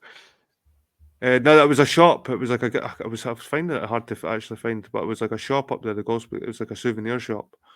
Yeah. But I found sort of northeast. It's on the North Coast 500. Is it North Coast 500? Okay. Right. So if you look There's at, that the Corinthian helmet that we were talking yep, about earlier. that's right. Yep, and notice the star. It's like an A-pointed star just to the right Oh, on the coin on the left. yep. Notice that the symbol of Mm-hmm. Sirius, and then you've got the horse with the wings, almost. I don't want to say a unicorn. It hasn't got that of the unicorn, but like the idea of a flying horse. Interesting, I'm because the sure. white horse. I'm Sorry. sure there's a Celtic. I'm sure there's a maybe a Celtic tale of a flying horse as well. Yeah. Kind of like an ancient Celtic story, kind of maybe Irish or some shit like that. Flying horses. Uh, aye. Yeah. Well, Because the we know flying the horse is up. Sorry. we know the story. We know the story of Pegasus. Obviously that's. Yeah. Yeah. But surely that's not the only flying horse myth that's ever been. No, I was about to mention Hermes sprung to mind as well. Didn't he have a flying horse? Possibly. I can't Yeah. remember all these bloody Yeah. things. I can't either, to be fair. Okay. So apparently the proof is in the coins. So go to the next one, the Macedonian British gold coins.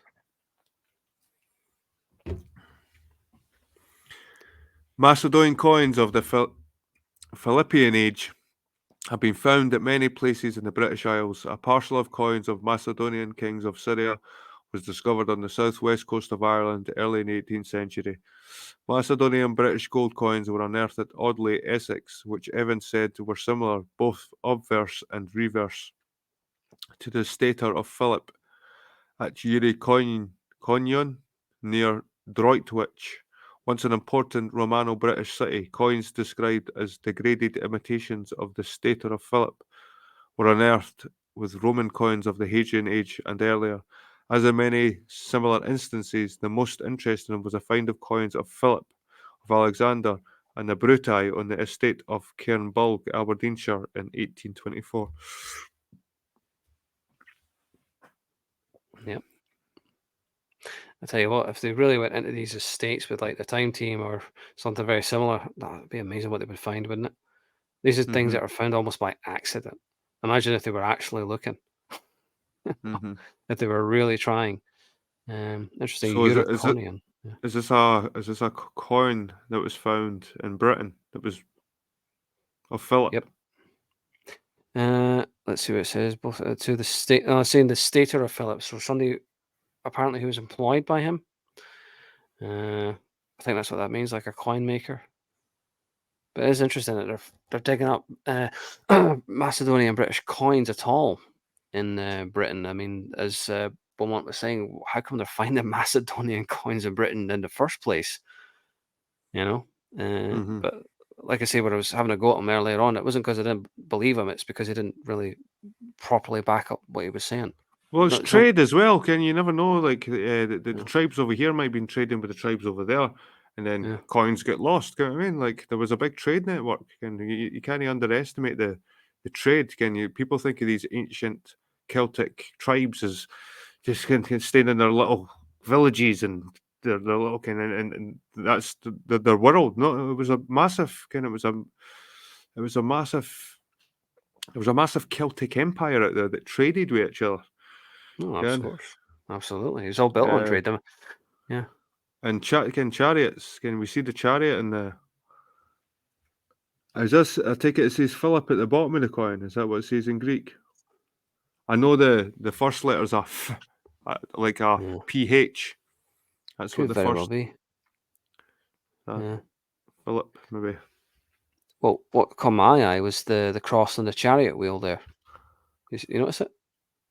That Yep. seems like a deliberate detail, like the Nah, cross. no, no. Well, the early they've actually found these. The archaeologists have discovered these chariots with just the four spoke.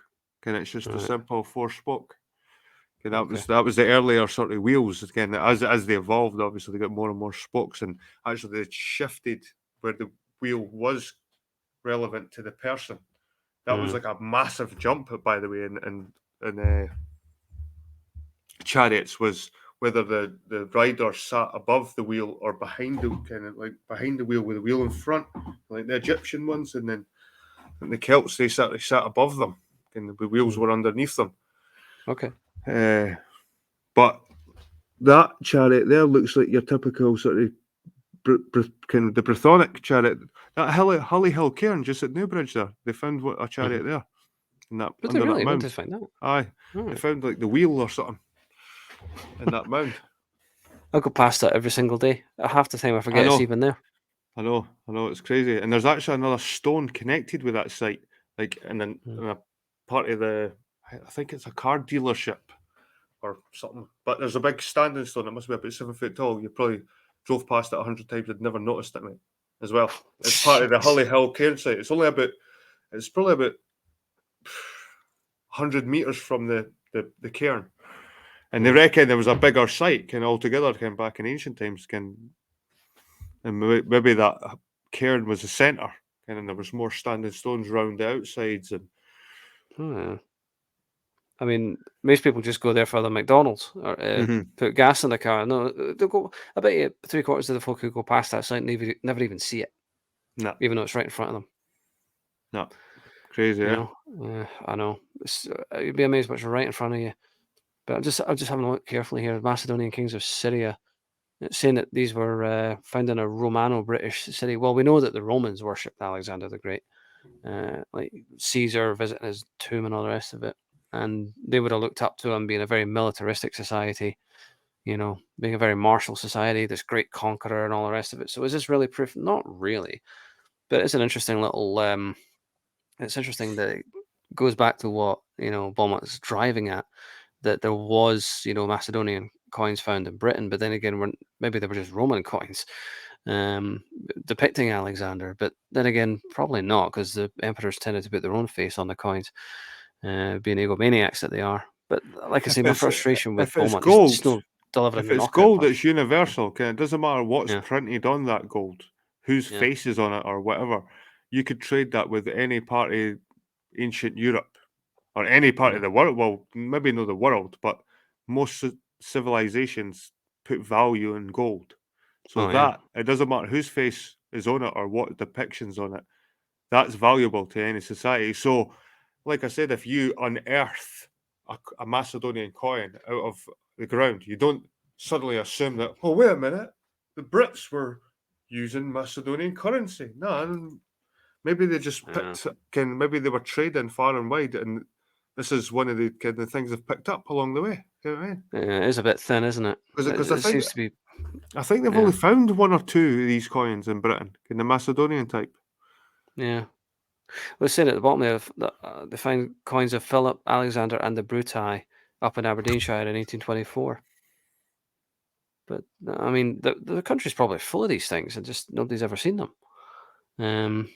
But yeah, I mean, if this is the evidence that Beaumont is presenting, then it's a little bit thin. Mm-hmm. It's not nothing, but It's not you nothing. know, It's something, but it's like keep saying, it's grasping a wee bit. You know what I mean?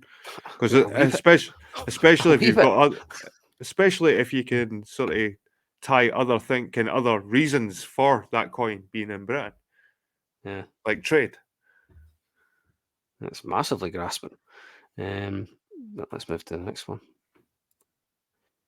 Coins of the Bruti.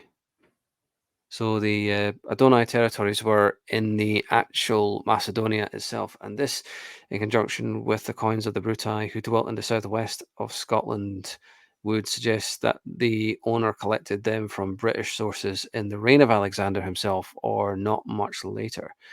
Before coined money was invented, gold, silver, and brass rings were the recognized medium of exchange. In Egypt are fresco paintings on tombs showing people bringing tribute in bags containing gold and silver rings, and vases have been found depicting persons weighing gold and silver rings. Like you're saying, gold's universal currency.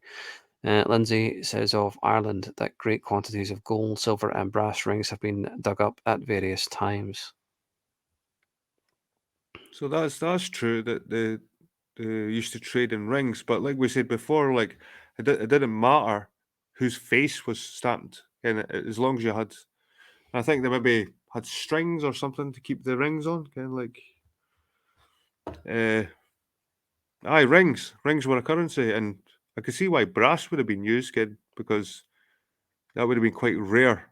Even it's you get brass everywhere nowadays, but back in the ancient times, brass was was an alloy, and you had to mix certain metals together, and there was a, so I could see why there was value in brass as well. But that's all I get from this paragraph, kid. But and what's this coin? Is this a British coin again, or The Bruti. I think that was covered the last time we were talking about the Bruti were from the Isle of Bute. They were an old tribe. It's in the last presentation. I I know, remember but that. what the coin? What's Mhm. this? Where's the coin? What's this? Oh, right. Let's see.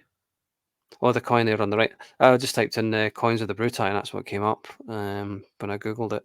So that's just like a Really? typical Bruti coin. Yeah, the helmet looks to be kind of that old style, kind of Greco, neoclassical style with the plume. You notice the plume on the helmet, But if you look at ancient the Celtic beard. coins, Yeah. see if you're back then, like if you look at BC Celtic British coins, you usually find there's a horse with a star above it, or it's never like Hmm. this, mate. It's never like this. This looks too Okay. fine, detailed. It looks too. It's like if the Bruti were an ancient British Celtic tribe, the coins Hmm. wouldn't look like that. I'm quite into my numismatics, or there's a fancy word for it. Okay. I'm pretty brain dead tonight. No, But that's okay. coins. I like collecting coins. I like my coins. Actually, I don't want to tell my missus, but I bought one today. But Mm. I like my coins, and I've looked at some ancient, like the old British Celtic ones, and they're really rough. That's I feel like I don't want to spend 40, 50 pound on a little tiny thing with half a horse that's worn away with a little bit of a face somewhere. You know what I mean? And and even the really good ones, the really good condition ones of the ancient British tribes, like coins, Mm. uh, they're not like this. And this is Okay. obviously a later date. This is obviously a coin depicting, It's I don't just know. it's just what came up when I typed in Bruti coins. It's just I need to look into that, because if that is like, I've never seen it, because the old Celtic tribes, like pre-Roman, they mhm. usually had like it was like either like a little star on it, or there was lots of horses on these things as well. Saying there's Uh, also always a star on it, or it was very Usually a common to have star. a star. Yeah, A moon. There's usually there is. a moon, a star, a horse. Kind of, it's very symbolic that way. You wouldn't have a face, really. That was a very Roman sort of Greeky thing, that with the If heads. But when you look at the old Celtic British ones, yeah, no many heads on them. if it was a star with things coming out of it, it's probably Sirius, like an eight-pointed star. I would guess I'll need to that's look back probably on what it it, but means. Sirius. they never look like that. They never look like that when I've looked into these ancient British Celtic coins. They never look like that. And if you go back further before, Hmm. the rings. It was rings. They traded in Hmm. rings. I wish I'd have So put that in now. I feel like I kind of messed up by not putting the rings in, but you no, know, he mentions it, yeah, or the picture of the rings. yeah, yeah. I should have Aye, put in a picture of the rings, but because they've discovered lots of them. yeah. Yeah, but also if you get like a string of stars, I think that kind of depicts like the Pleiades or Orion or Sirius or some of these star systems. Yeah, I think you get that quite a lot. Mhm. Um, but yeah. So whose turn is it? I forget. Is it my turn Uh, or your? I think it's my I, turn, isn't it? it's your turn now. Okay. So the unicorn, they were used as money. I think it means the rings. Graduated according to Troy weight in multitudes of 12, not 10. He records a find of brass rings that fully loaded a large cart discovered in a tumulus in County Monaghan, indicating the antiquity of this medium for purchasing power in the British Isles. One other matter deserving of our attention in relation to the antiquity and origin of the Macedonians is their national emblem, the unicorn. Daniel described Macedonia symbolically as a he goat with one horn. Who's Daniel? Does he mean Daniel at the Bible? I don't know. Anyway, the first Macedonian king traditionally made the unicorn his ensign and designed his capital, Aegea, or Goat's Town. And the son of Alexander the Great by Roxanne was named Son of the Goats. the beasts being generally represented with one long straight horn, later in appearance like a horse with a similar straight horn. Did I miss something? Who's he meaning by he? Does he mean Daniel? Who's Daniel? Do you mean Daniel in the Bible? Don't know, mate, but he has got something there because back to my study of coins, I've Mhm. looked at ancient Macedonian coins, and they don't have lions on them. They have Mm. like one goat horn. Mm. Sometimes it's just a goat horn. You can actually go on eBay right now and have a look at some of them. Like Okay. you get them on the eBay and that you can get some of them are fake, some of them are decent, but you can if you look at a Macedonian coin on eBay, you'll see there's a goat horn. Like Yep. it's like a symbol, like one horn. It's strange how they didn't include two horns for the goat. It's only the one on the even on the coin. It's just one horn. Or one antler or what the fuck it is. Is it a horn antler? What knows? Mm. But he is the lion there, but at the same time, I don't think it was a national symbol because the lion seems to keep be coming up for them as well. Maybe it was just the same because well, look at the coat of arms of England, getting the lion and the unicorn. So or Yeah. Britain. Or the chained So, unicorn. I guess meaning like the Macedonians have been chained to the Trojans or something like that, or the British have. Who knows? You know, like the British have chained up the Macedonians and subjugated them. I don't know. You could read it in 100 ways, but I don't quite get what's the connection between a goat and a unicorn? Because a goat's a goat and a unicorn's a unicorn, isn't it? mhm. Or am I That being that's too that picture looks like pedantic? a goat with a unicorn horn. Right. Yeah. Aye, it's strange Son of the goat. because what kind of goats look like that back in the day? Ken? Yeah, it's a bit odd. It looks like something out of a medieval tapestry or something you'd find in one of the castles, like Stirling. Aye, Um, you know. was that a pet or something? It's got a collar on. Yeah, was that a pet? Well, isn't that kind of tied into the chain around the unicorn that you see above the gates for Holyrood Palace? You know, the idea of the chained unicorn. Well, I suppose it's that unicorn there has been kept in captivity. It's got the cage, it's got the fence around it, keeping it in. Yeah, So the that could unicorn. represent the chain, kind like the whole captivity. And also, the white horse was a symbol of the Phoenicians as well. So maybe there's the Phoenician Macedonian connection there. Though white horse, white unicorn, similar but not exactly the same. Um, But you remember, know, the horses connect to the Scotland and the Western Isles, kind of like the horse yeah, worshippers, kind of the pedi. yeah. The Rohirrim in Lord of the Mm. Rings as well. They have the white horse as their symbol. That's on their flag. I know Mm-hmm. that's fiction, of course, but that's based on reality at the same time. The Rohirrim being kind of like the Viking Celts kind of thing. Yeah. Um, and let's see, Macedonia, the he goat with one horn. Interesting. He's kind of again Beaumont. This is where it's so frustrating. He's got a great point, but it's so all over the fucking place, Mm-hmm. you know. Or maybe you understand it better than I do, but it seems to be a little bit disjointed. Am I wrong about that, or? No, it is. It's all over the place. Out.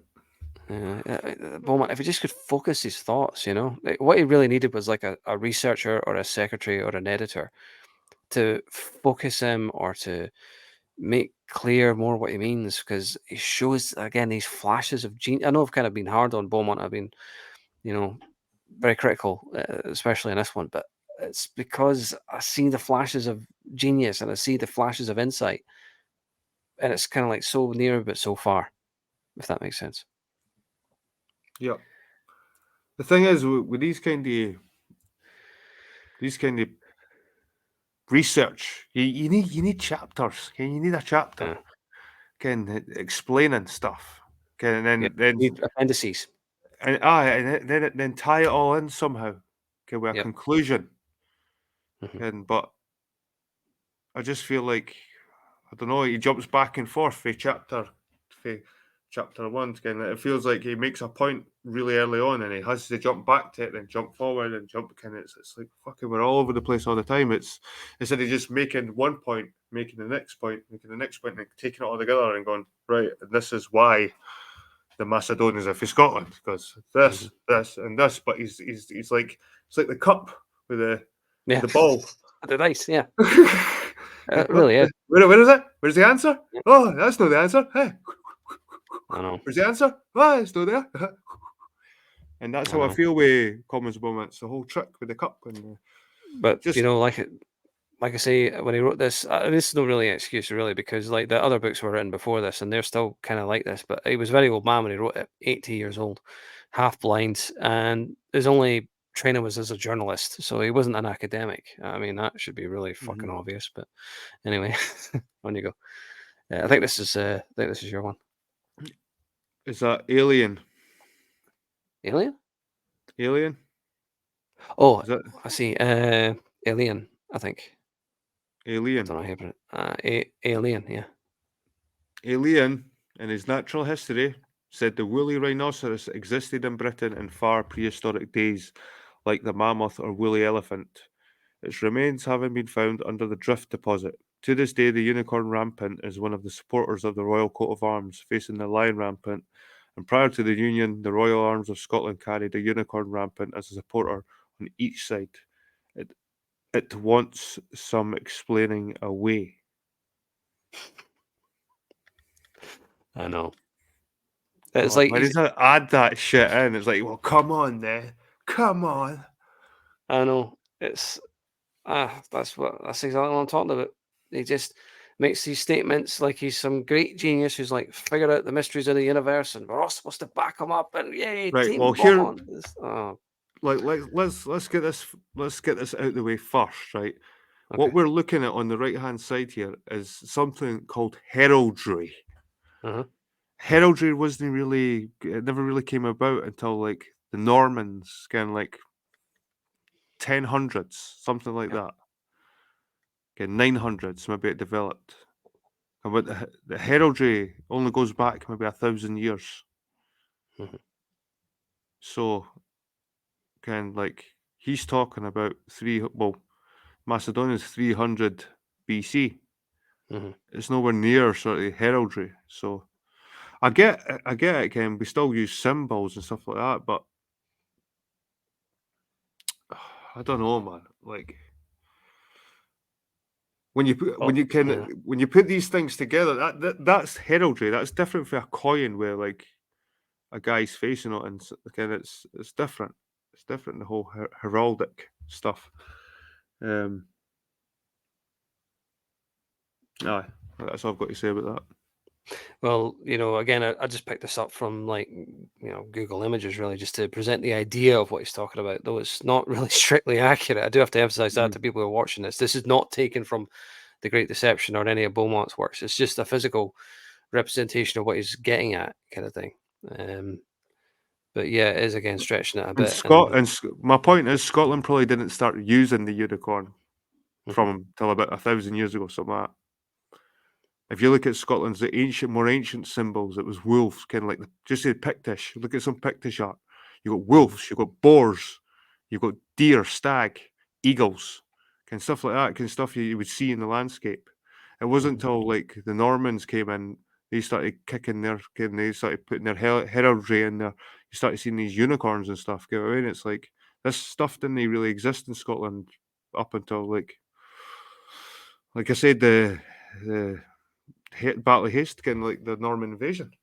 yeah, because So, that's how you would identify the different houses that you were swearing allegiance to.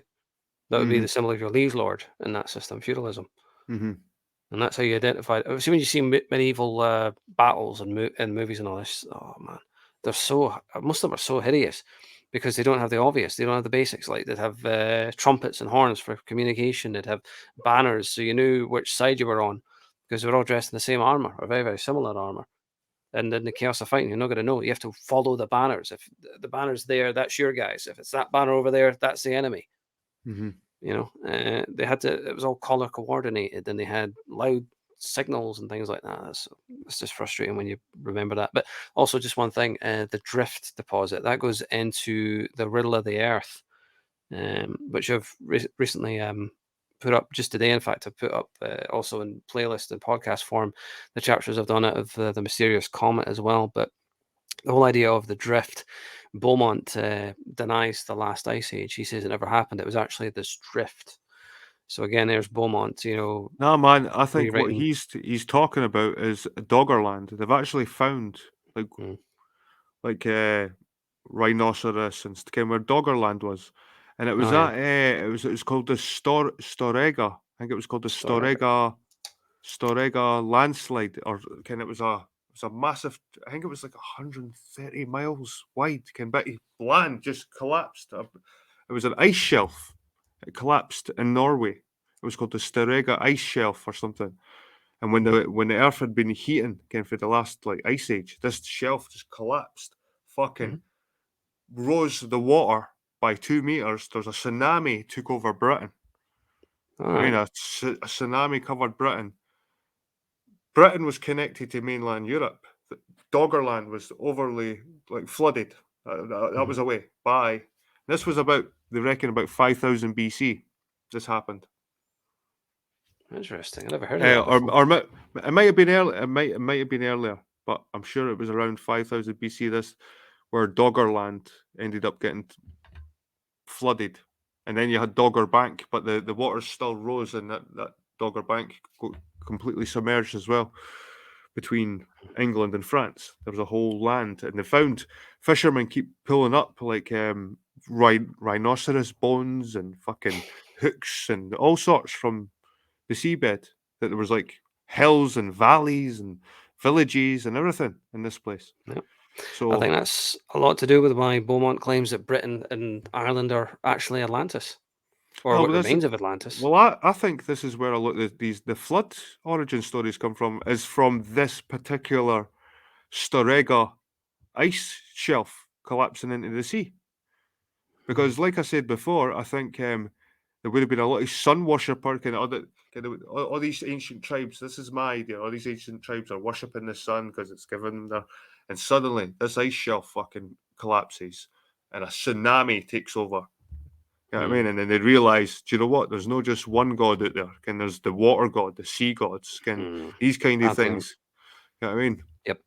Yep. And The for a old while, pantheon. I think Britain was kind of like a marshland, kind of where after this flood, after the waters eventually probably subsided a bit, but they never fully subsided. That's why you've still got Doggerland underwater, submerged underwater. But I think when the waters eventually subsided, kind of these hilltop, these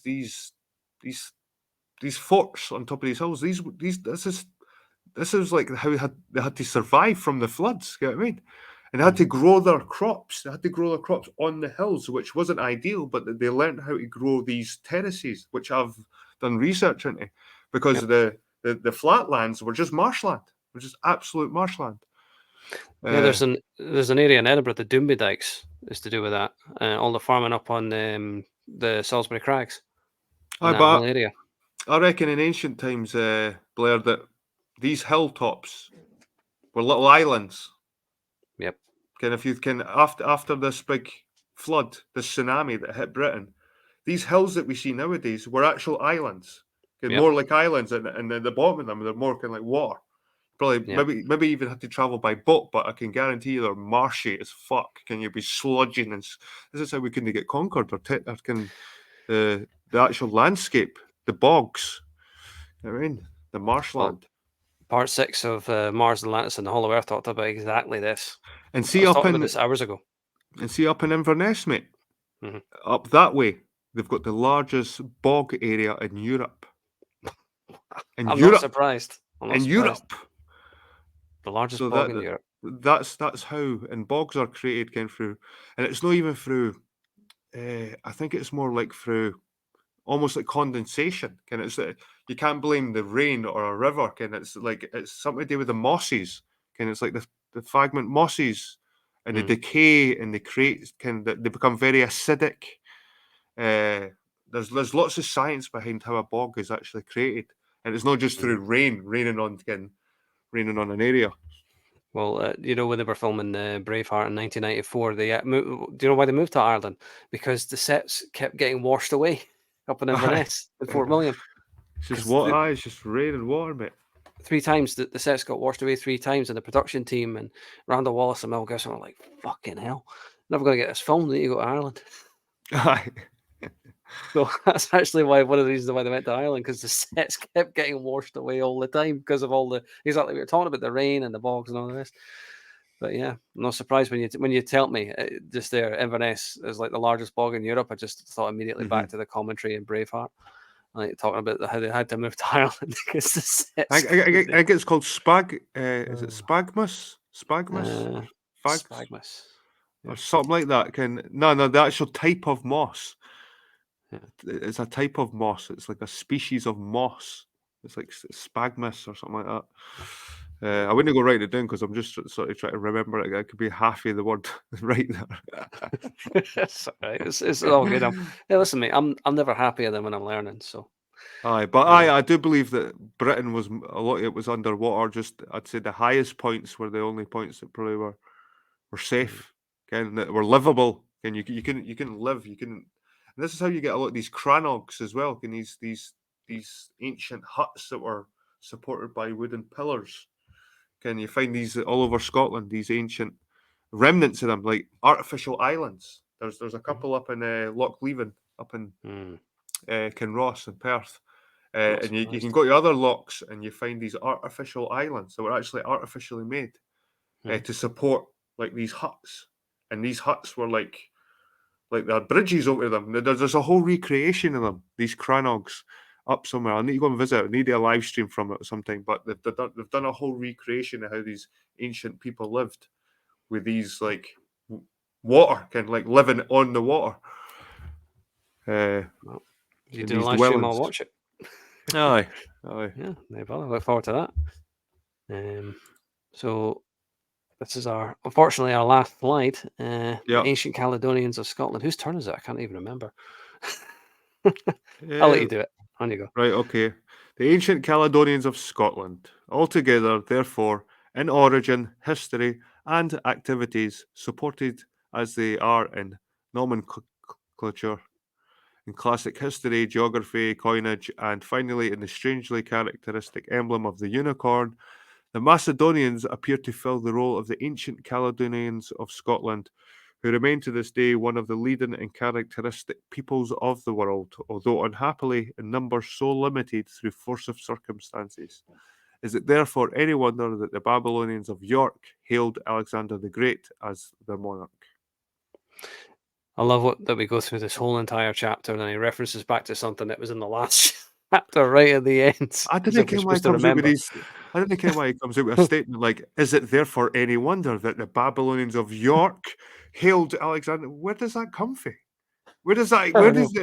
it doesn't seem to have any context. Like before it was like the Macedonians appear to fill the role of ancient Caledonians of Scotland, who remain to Yeah. this day one of the leading in the world, although unhappily in numbers limited through force of circumstance. It is Mm. therefore no wonder that the Babylonians of York hailed Alexander the Great monarch. I just how I know. it's just the way it's structured as well, man. It's What bloody structure? There's no structure there. That's the problem. aye, the lack of structure. Yeah, I Right, so know. this map's interesting. This might Yeah. actually clear up this sort of. Is there any chance you can zoom in a wee bit to that? Yes, I think so. Hang If you on. I press can bring control, up the if you press Control Plus, you can probably zoom in a bit. How about that? Aye, control. Is that that's maybe right. a wee bit better? Right. Um, So I think, like I say, I think.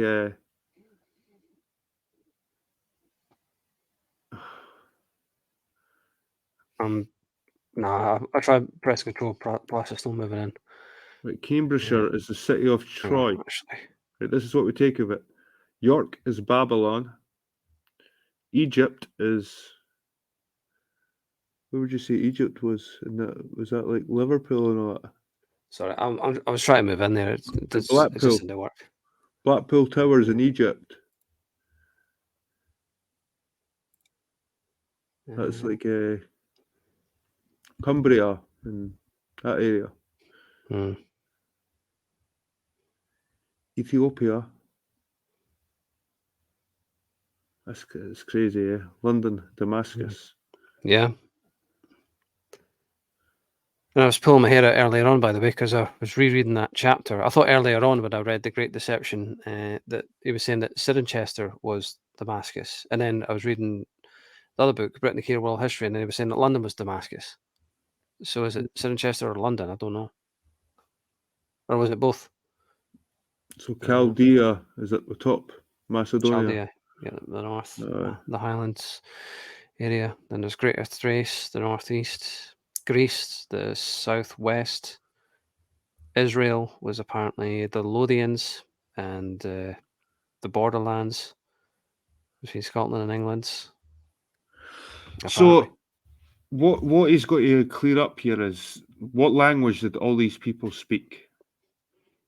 yeah, Because surely they all spoke the same language. They're all really close to each other. So you're not going to tell me like one speaking one language and not.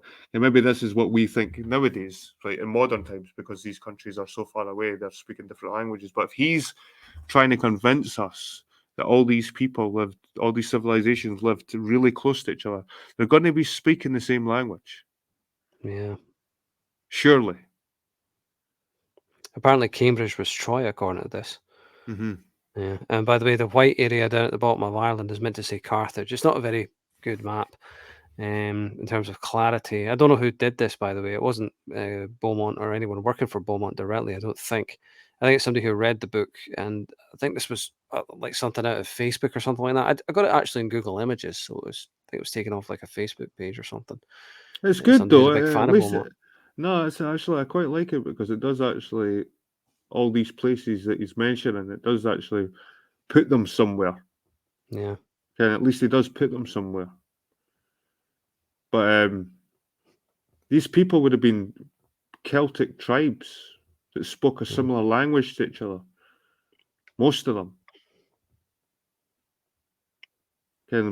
Because you got to remember the Brythonic tribes, the Gaels, all these before the Romans were in Britain.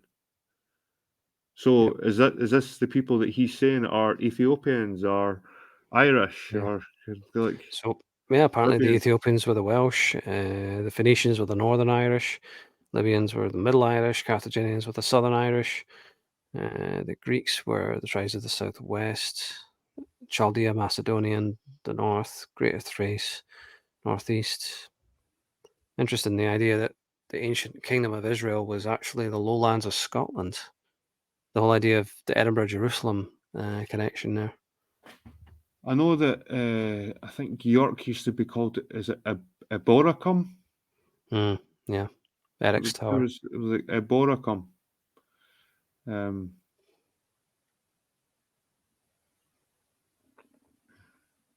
it's crazy. It's a crazy theory. Mm, Like I said, I've got my own theories about what happened and what the people were like. Or, again, again, my theories are pretty outlandish, but I don't. They're nowhere near as like I couldn't possibly squash all these civilizations so close to each other. I know. Um, because we've actually got like most of the known world, like back then in the ancient world, like Syria. Yeah. That's I mean, crazy. you say what language did they all speak? I wasn't ignoring you. I was actually trying to think because I don't have an answer to that question. I don't know what the answer could possibly be. What language they all spoke. I mean, all these groups that historically all spoke very, very different languages and all the rest of it, and had very different customs and civilizations and all Well, this. you've got to throw that out the window. Yeah, You've got to think, yeah, right? Do you know what? Everything you know about Egypt, mm, hieroglyphs, their art styles, the pyramids, throw that out the window. They were fucking yeah. well. They were no, sorry, no Welshmen. Where were they? Where was Egypt? Oh, they were Scousers. No, they were Yeah, Blackpool. they're from Manchester. Aye. So forget about the fucking pyramids. Forget about Yeah, because they were different city people for Africa. We didn't get who the fuck they were. Fuck them. mm, These were the real Egyptians, and they were Scousers or yeah. Do you know? Blackpool. Looks like Do you that's know in the that? Blackpool area. Sorry, did I think I was ignoring you earlier when you were saying like what language do they all speak? I was trying to think of the answers. I wasn't ignoring you. I was actually trying to think. I don't know. I just didn't know how to answer that question because it's a very good point, and I can't think of an answer to it. To be honest, I don't know how they would have all communicated with each other if this is true, or how they would have existed in such a small area. But that's the thing with Beaumont. What you get is hubris, almost. Do you know what I mean by that? It's like It's this crazy. arrogance. This, Uh, you it's know. it's kind of insulting to your own intelligence because you start thinking, well, who is going to believe this? Can hook, line, and sinker Yeah, without any yeah, proper sources? Can like, come on, can yeah, I didn't like to totally rely on sources because we all know that can a lot of sources can be bullshit as well. But fuck, man, he's really grasping at straws here. yeah. Uh, the Salt Sea, what's that? The Salt Sea? The Hellespont at the North Sea. Where does the Salt Sea come from? In fact, there's a song on it. I have no idea, to be honest. Um, The land of Seth, son of Adam. yeah.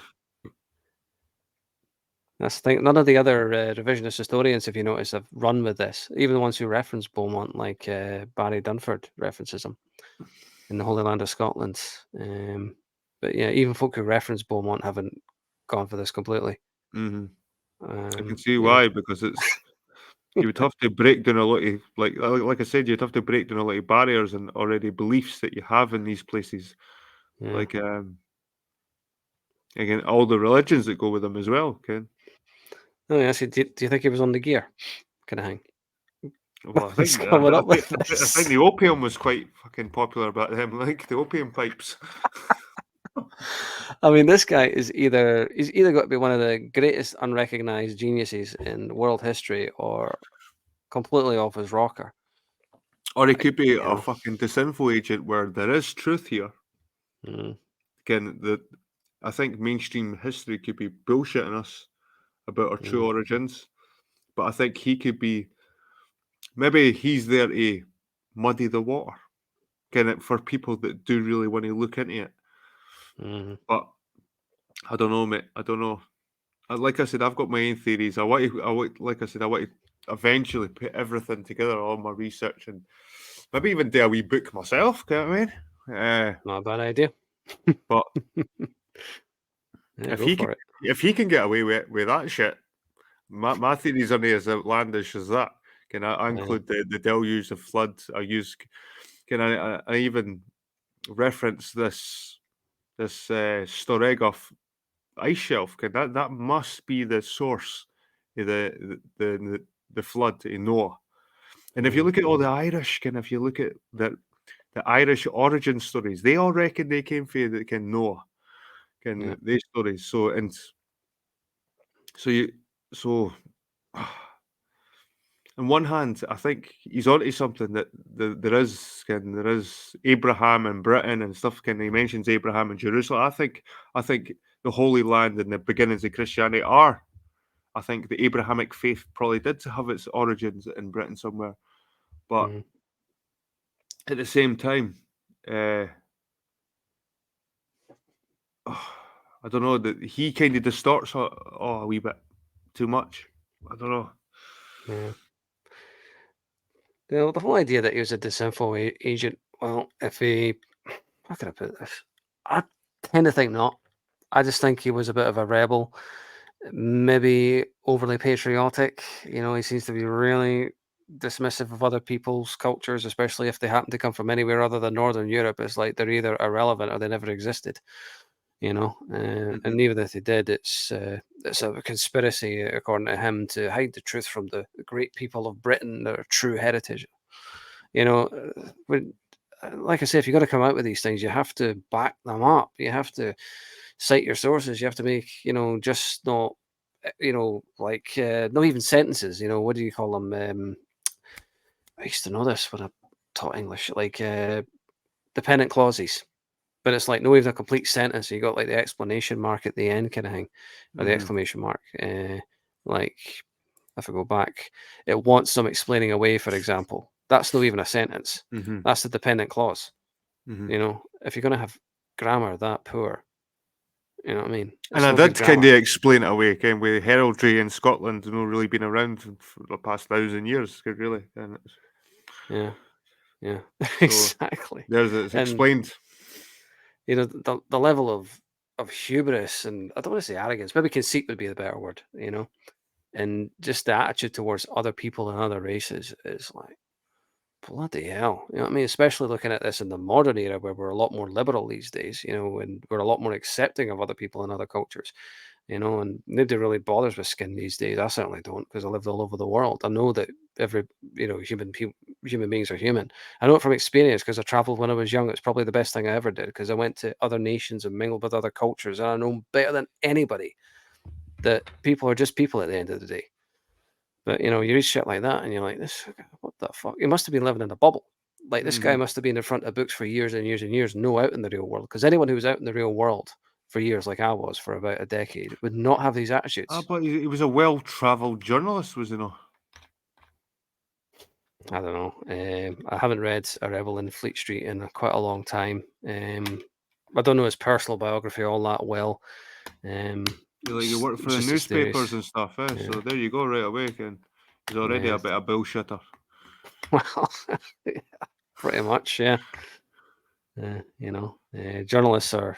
There's a saying, journalists are the last people who are going to tell you the truth, but they're the first people who are going to tell you their truth. Right, I'll show you my coin before we go, man. Right, I'll be back They in a bought it. second. The one I Oh, bought one today. cool. They bought it. Good way to end it.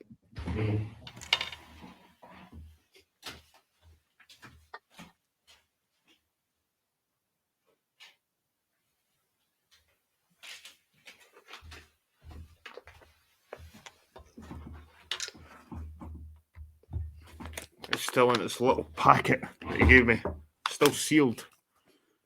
So I'll need to tear it open. Oh, that's pretty cool though. It's not the oldest one I've got. I've actually got an old Roman coin there, silver one, but that's not what we're talking about. We're talking about this one today. We're not talking about it, we're just going to look at it. And the reason why I got it is because the colour of it. Hang on, I'll put you up on the screen. There we go. Oh See that? yeah, yep. That looks It's like very a Alexander. Yep, looks similar to some of the coins that we saw earlier in the presentation. Nice. and like you say, it does look very Alexanderish. Yep, the helmet with the crest on the horse Bucephalus. The heroic cape flowing behind him and all this. But Absolutely. that's actually George and the Dragon. It's meant to be Saint Ah, George. okay. That's who's it's supposed to be Saint George Well, I imagine they'd all be slaying based the on dragon. Alexander. Yeah. This is 1889, but the light doesn't really do it justice. The tone, it's kind of like black, and it's like a black coin. It's almost black. Mm. It's crazy. What's a Ah, Victoria? there's Victoria. Yep. So, are you going to just hide this coin, or are you going to fess up at some point that you bought it? It's 1889. Well, it's good to have a collection like that, though. In all seriousness, because that could be like worth a lot of money down the road. Mm-hmm. Good thing to have a collection. Very valuable. Aye, aye.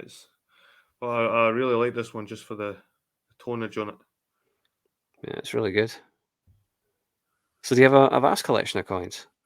I've got a decent collection. My son's got a bigger collection than me, but he's got loads of sort of, I wouldn't say they're worthless, but they're kind of like world coins and kind of world Mm, banknotes and stuff. I like my more like that's silver, that one, eh? yeah, So that cost me. I got the guy 40 quid for it. 40 quid. it's not too bad. Like, You can actually still, believe it or not, you can still use these in the shops.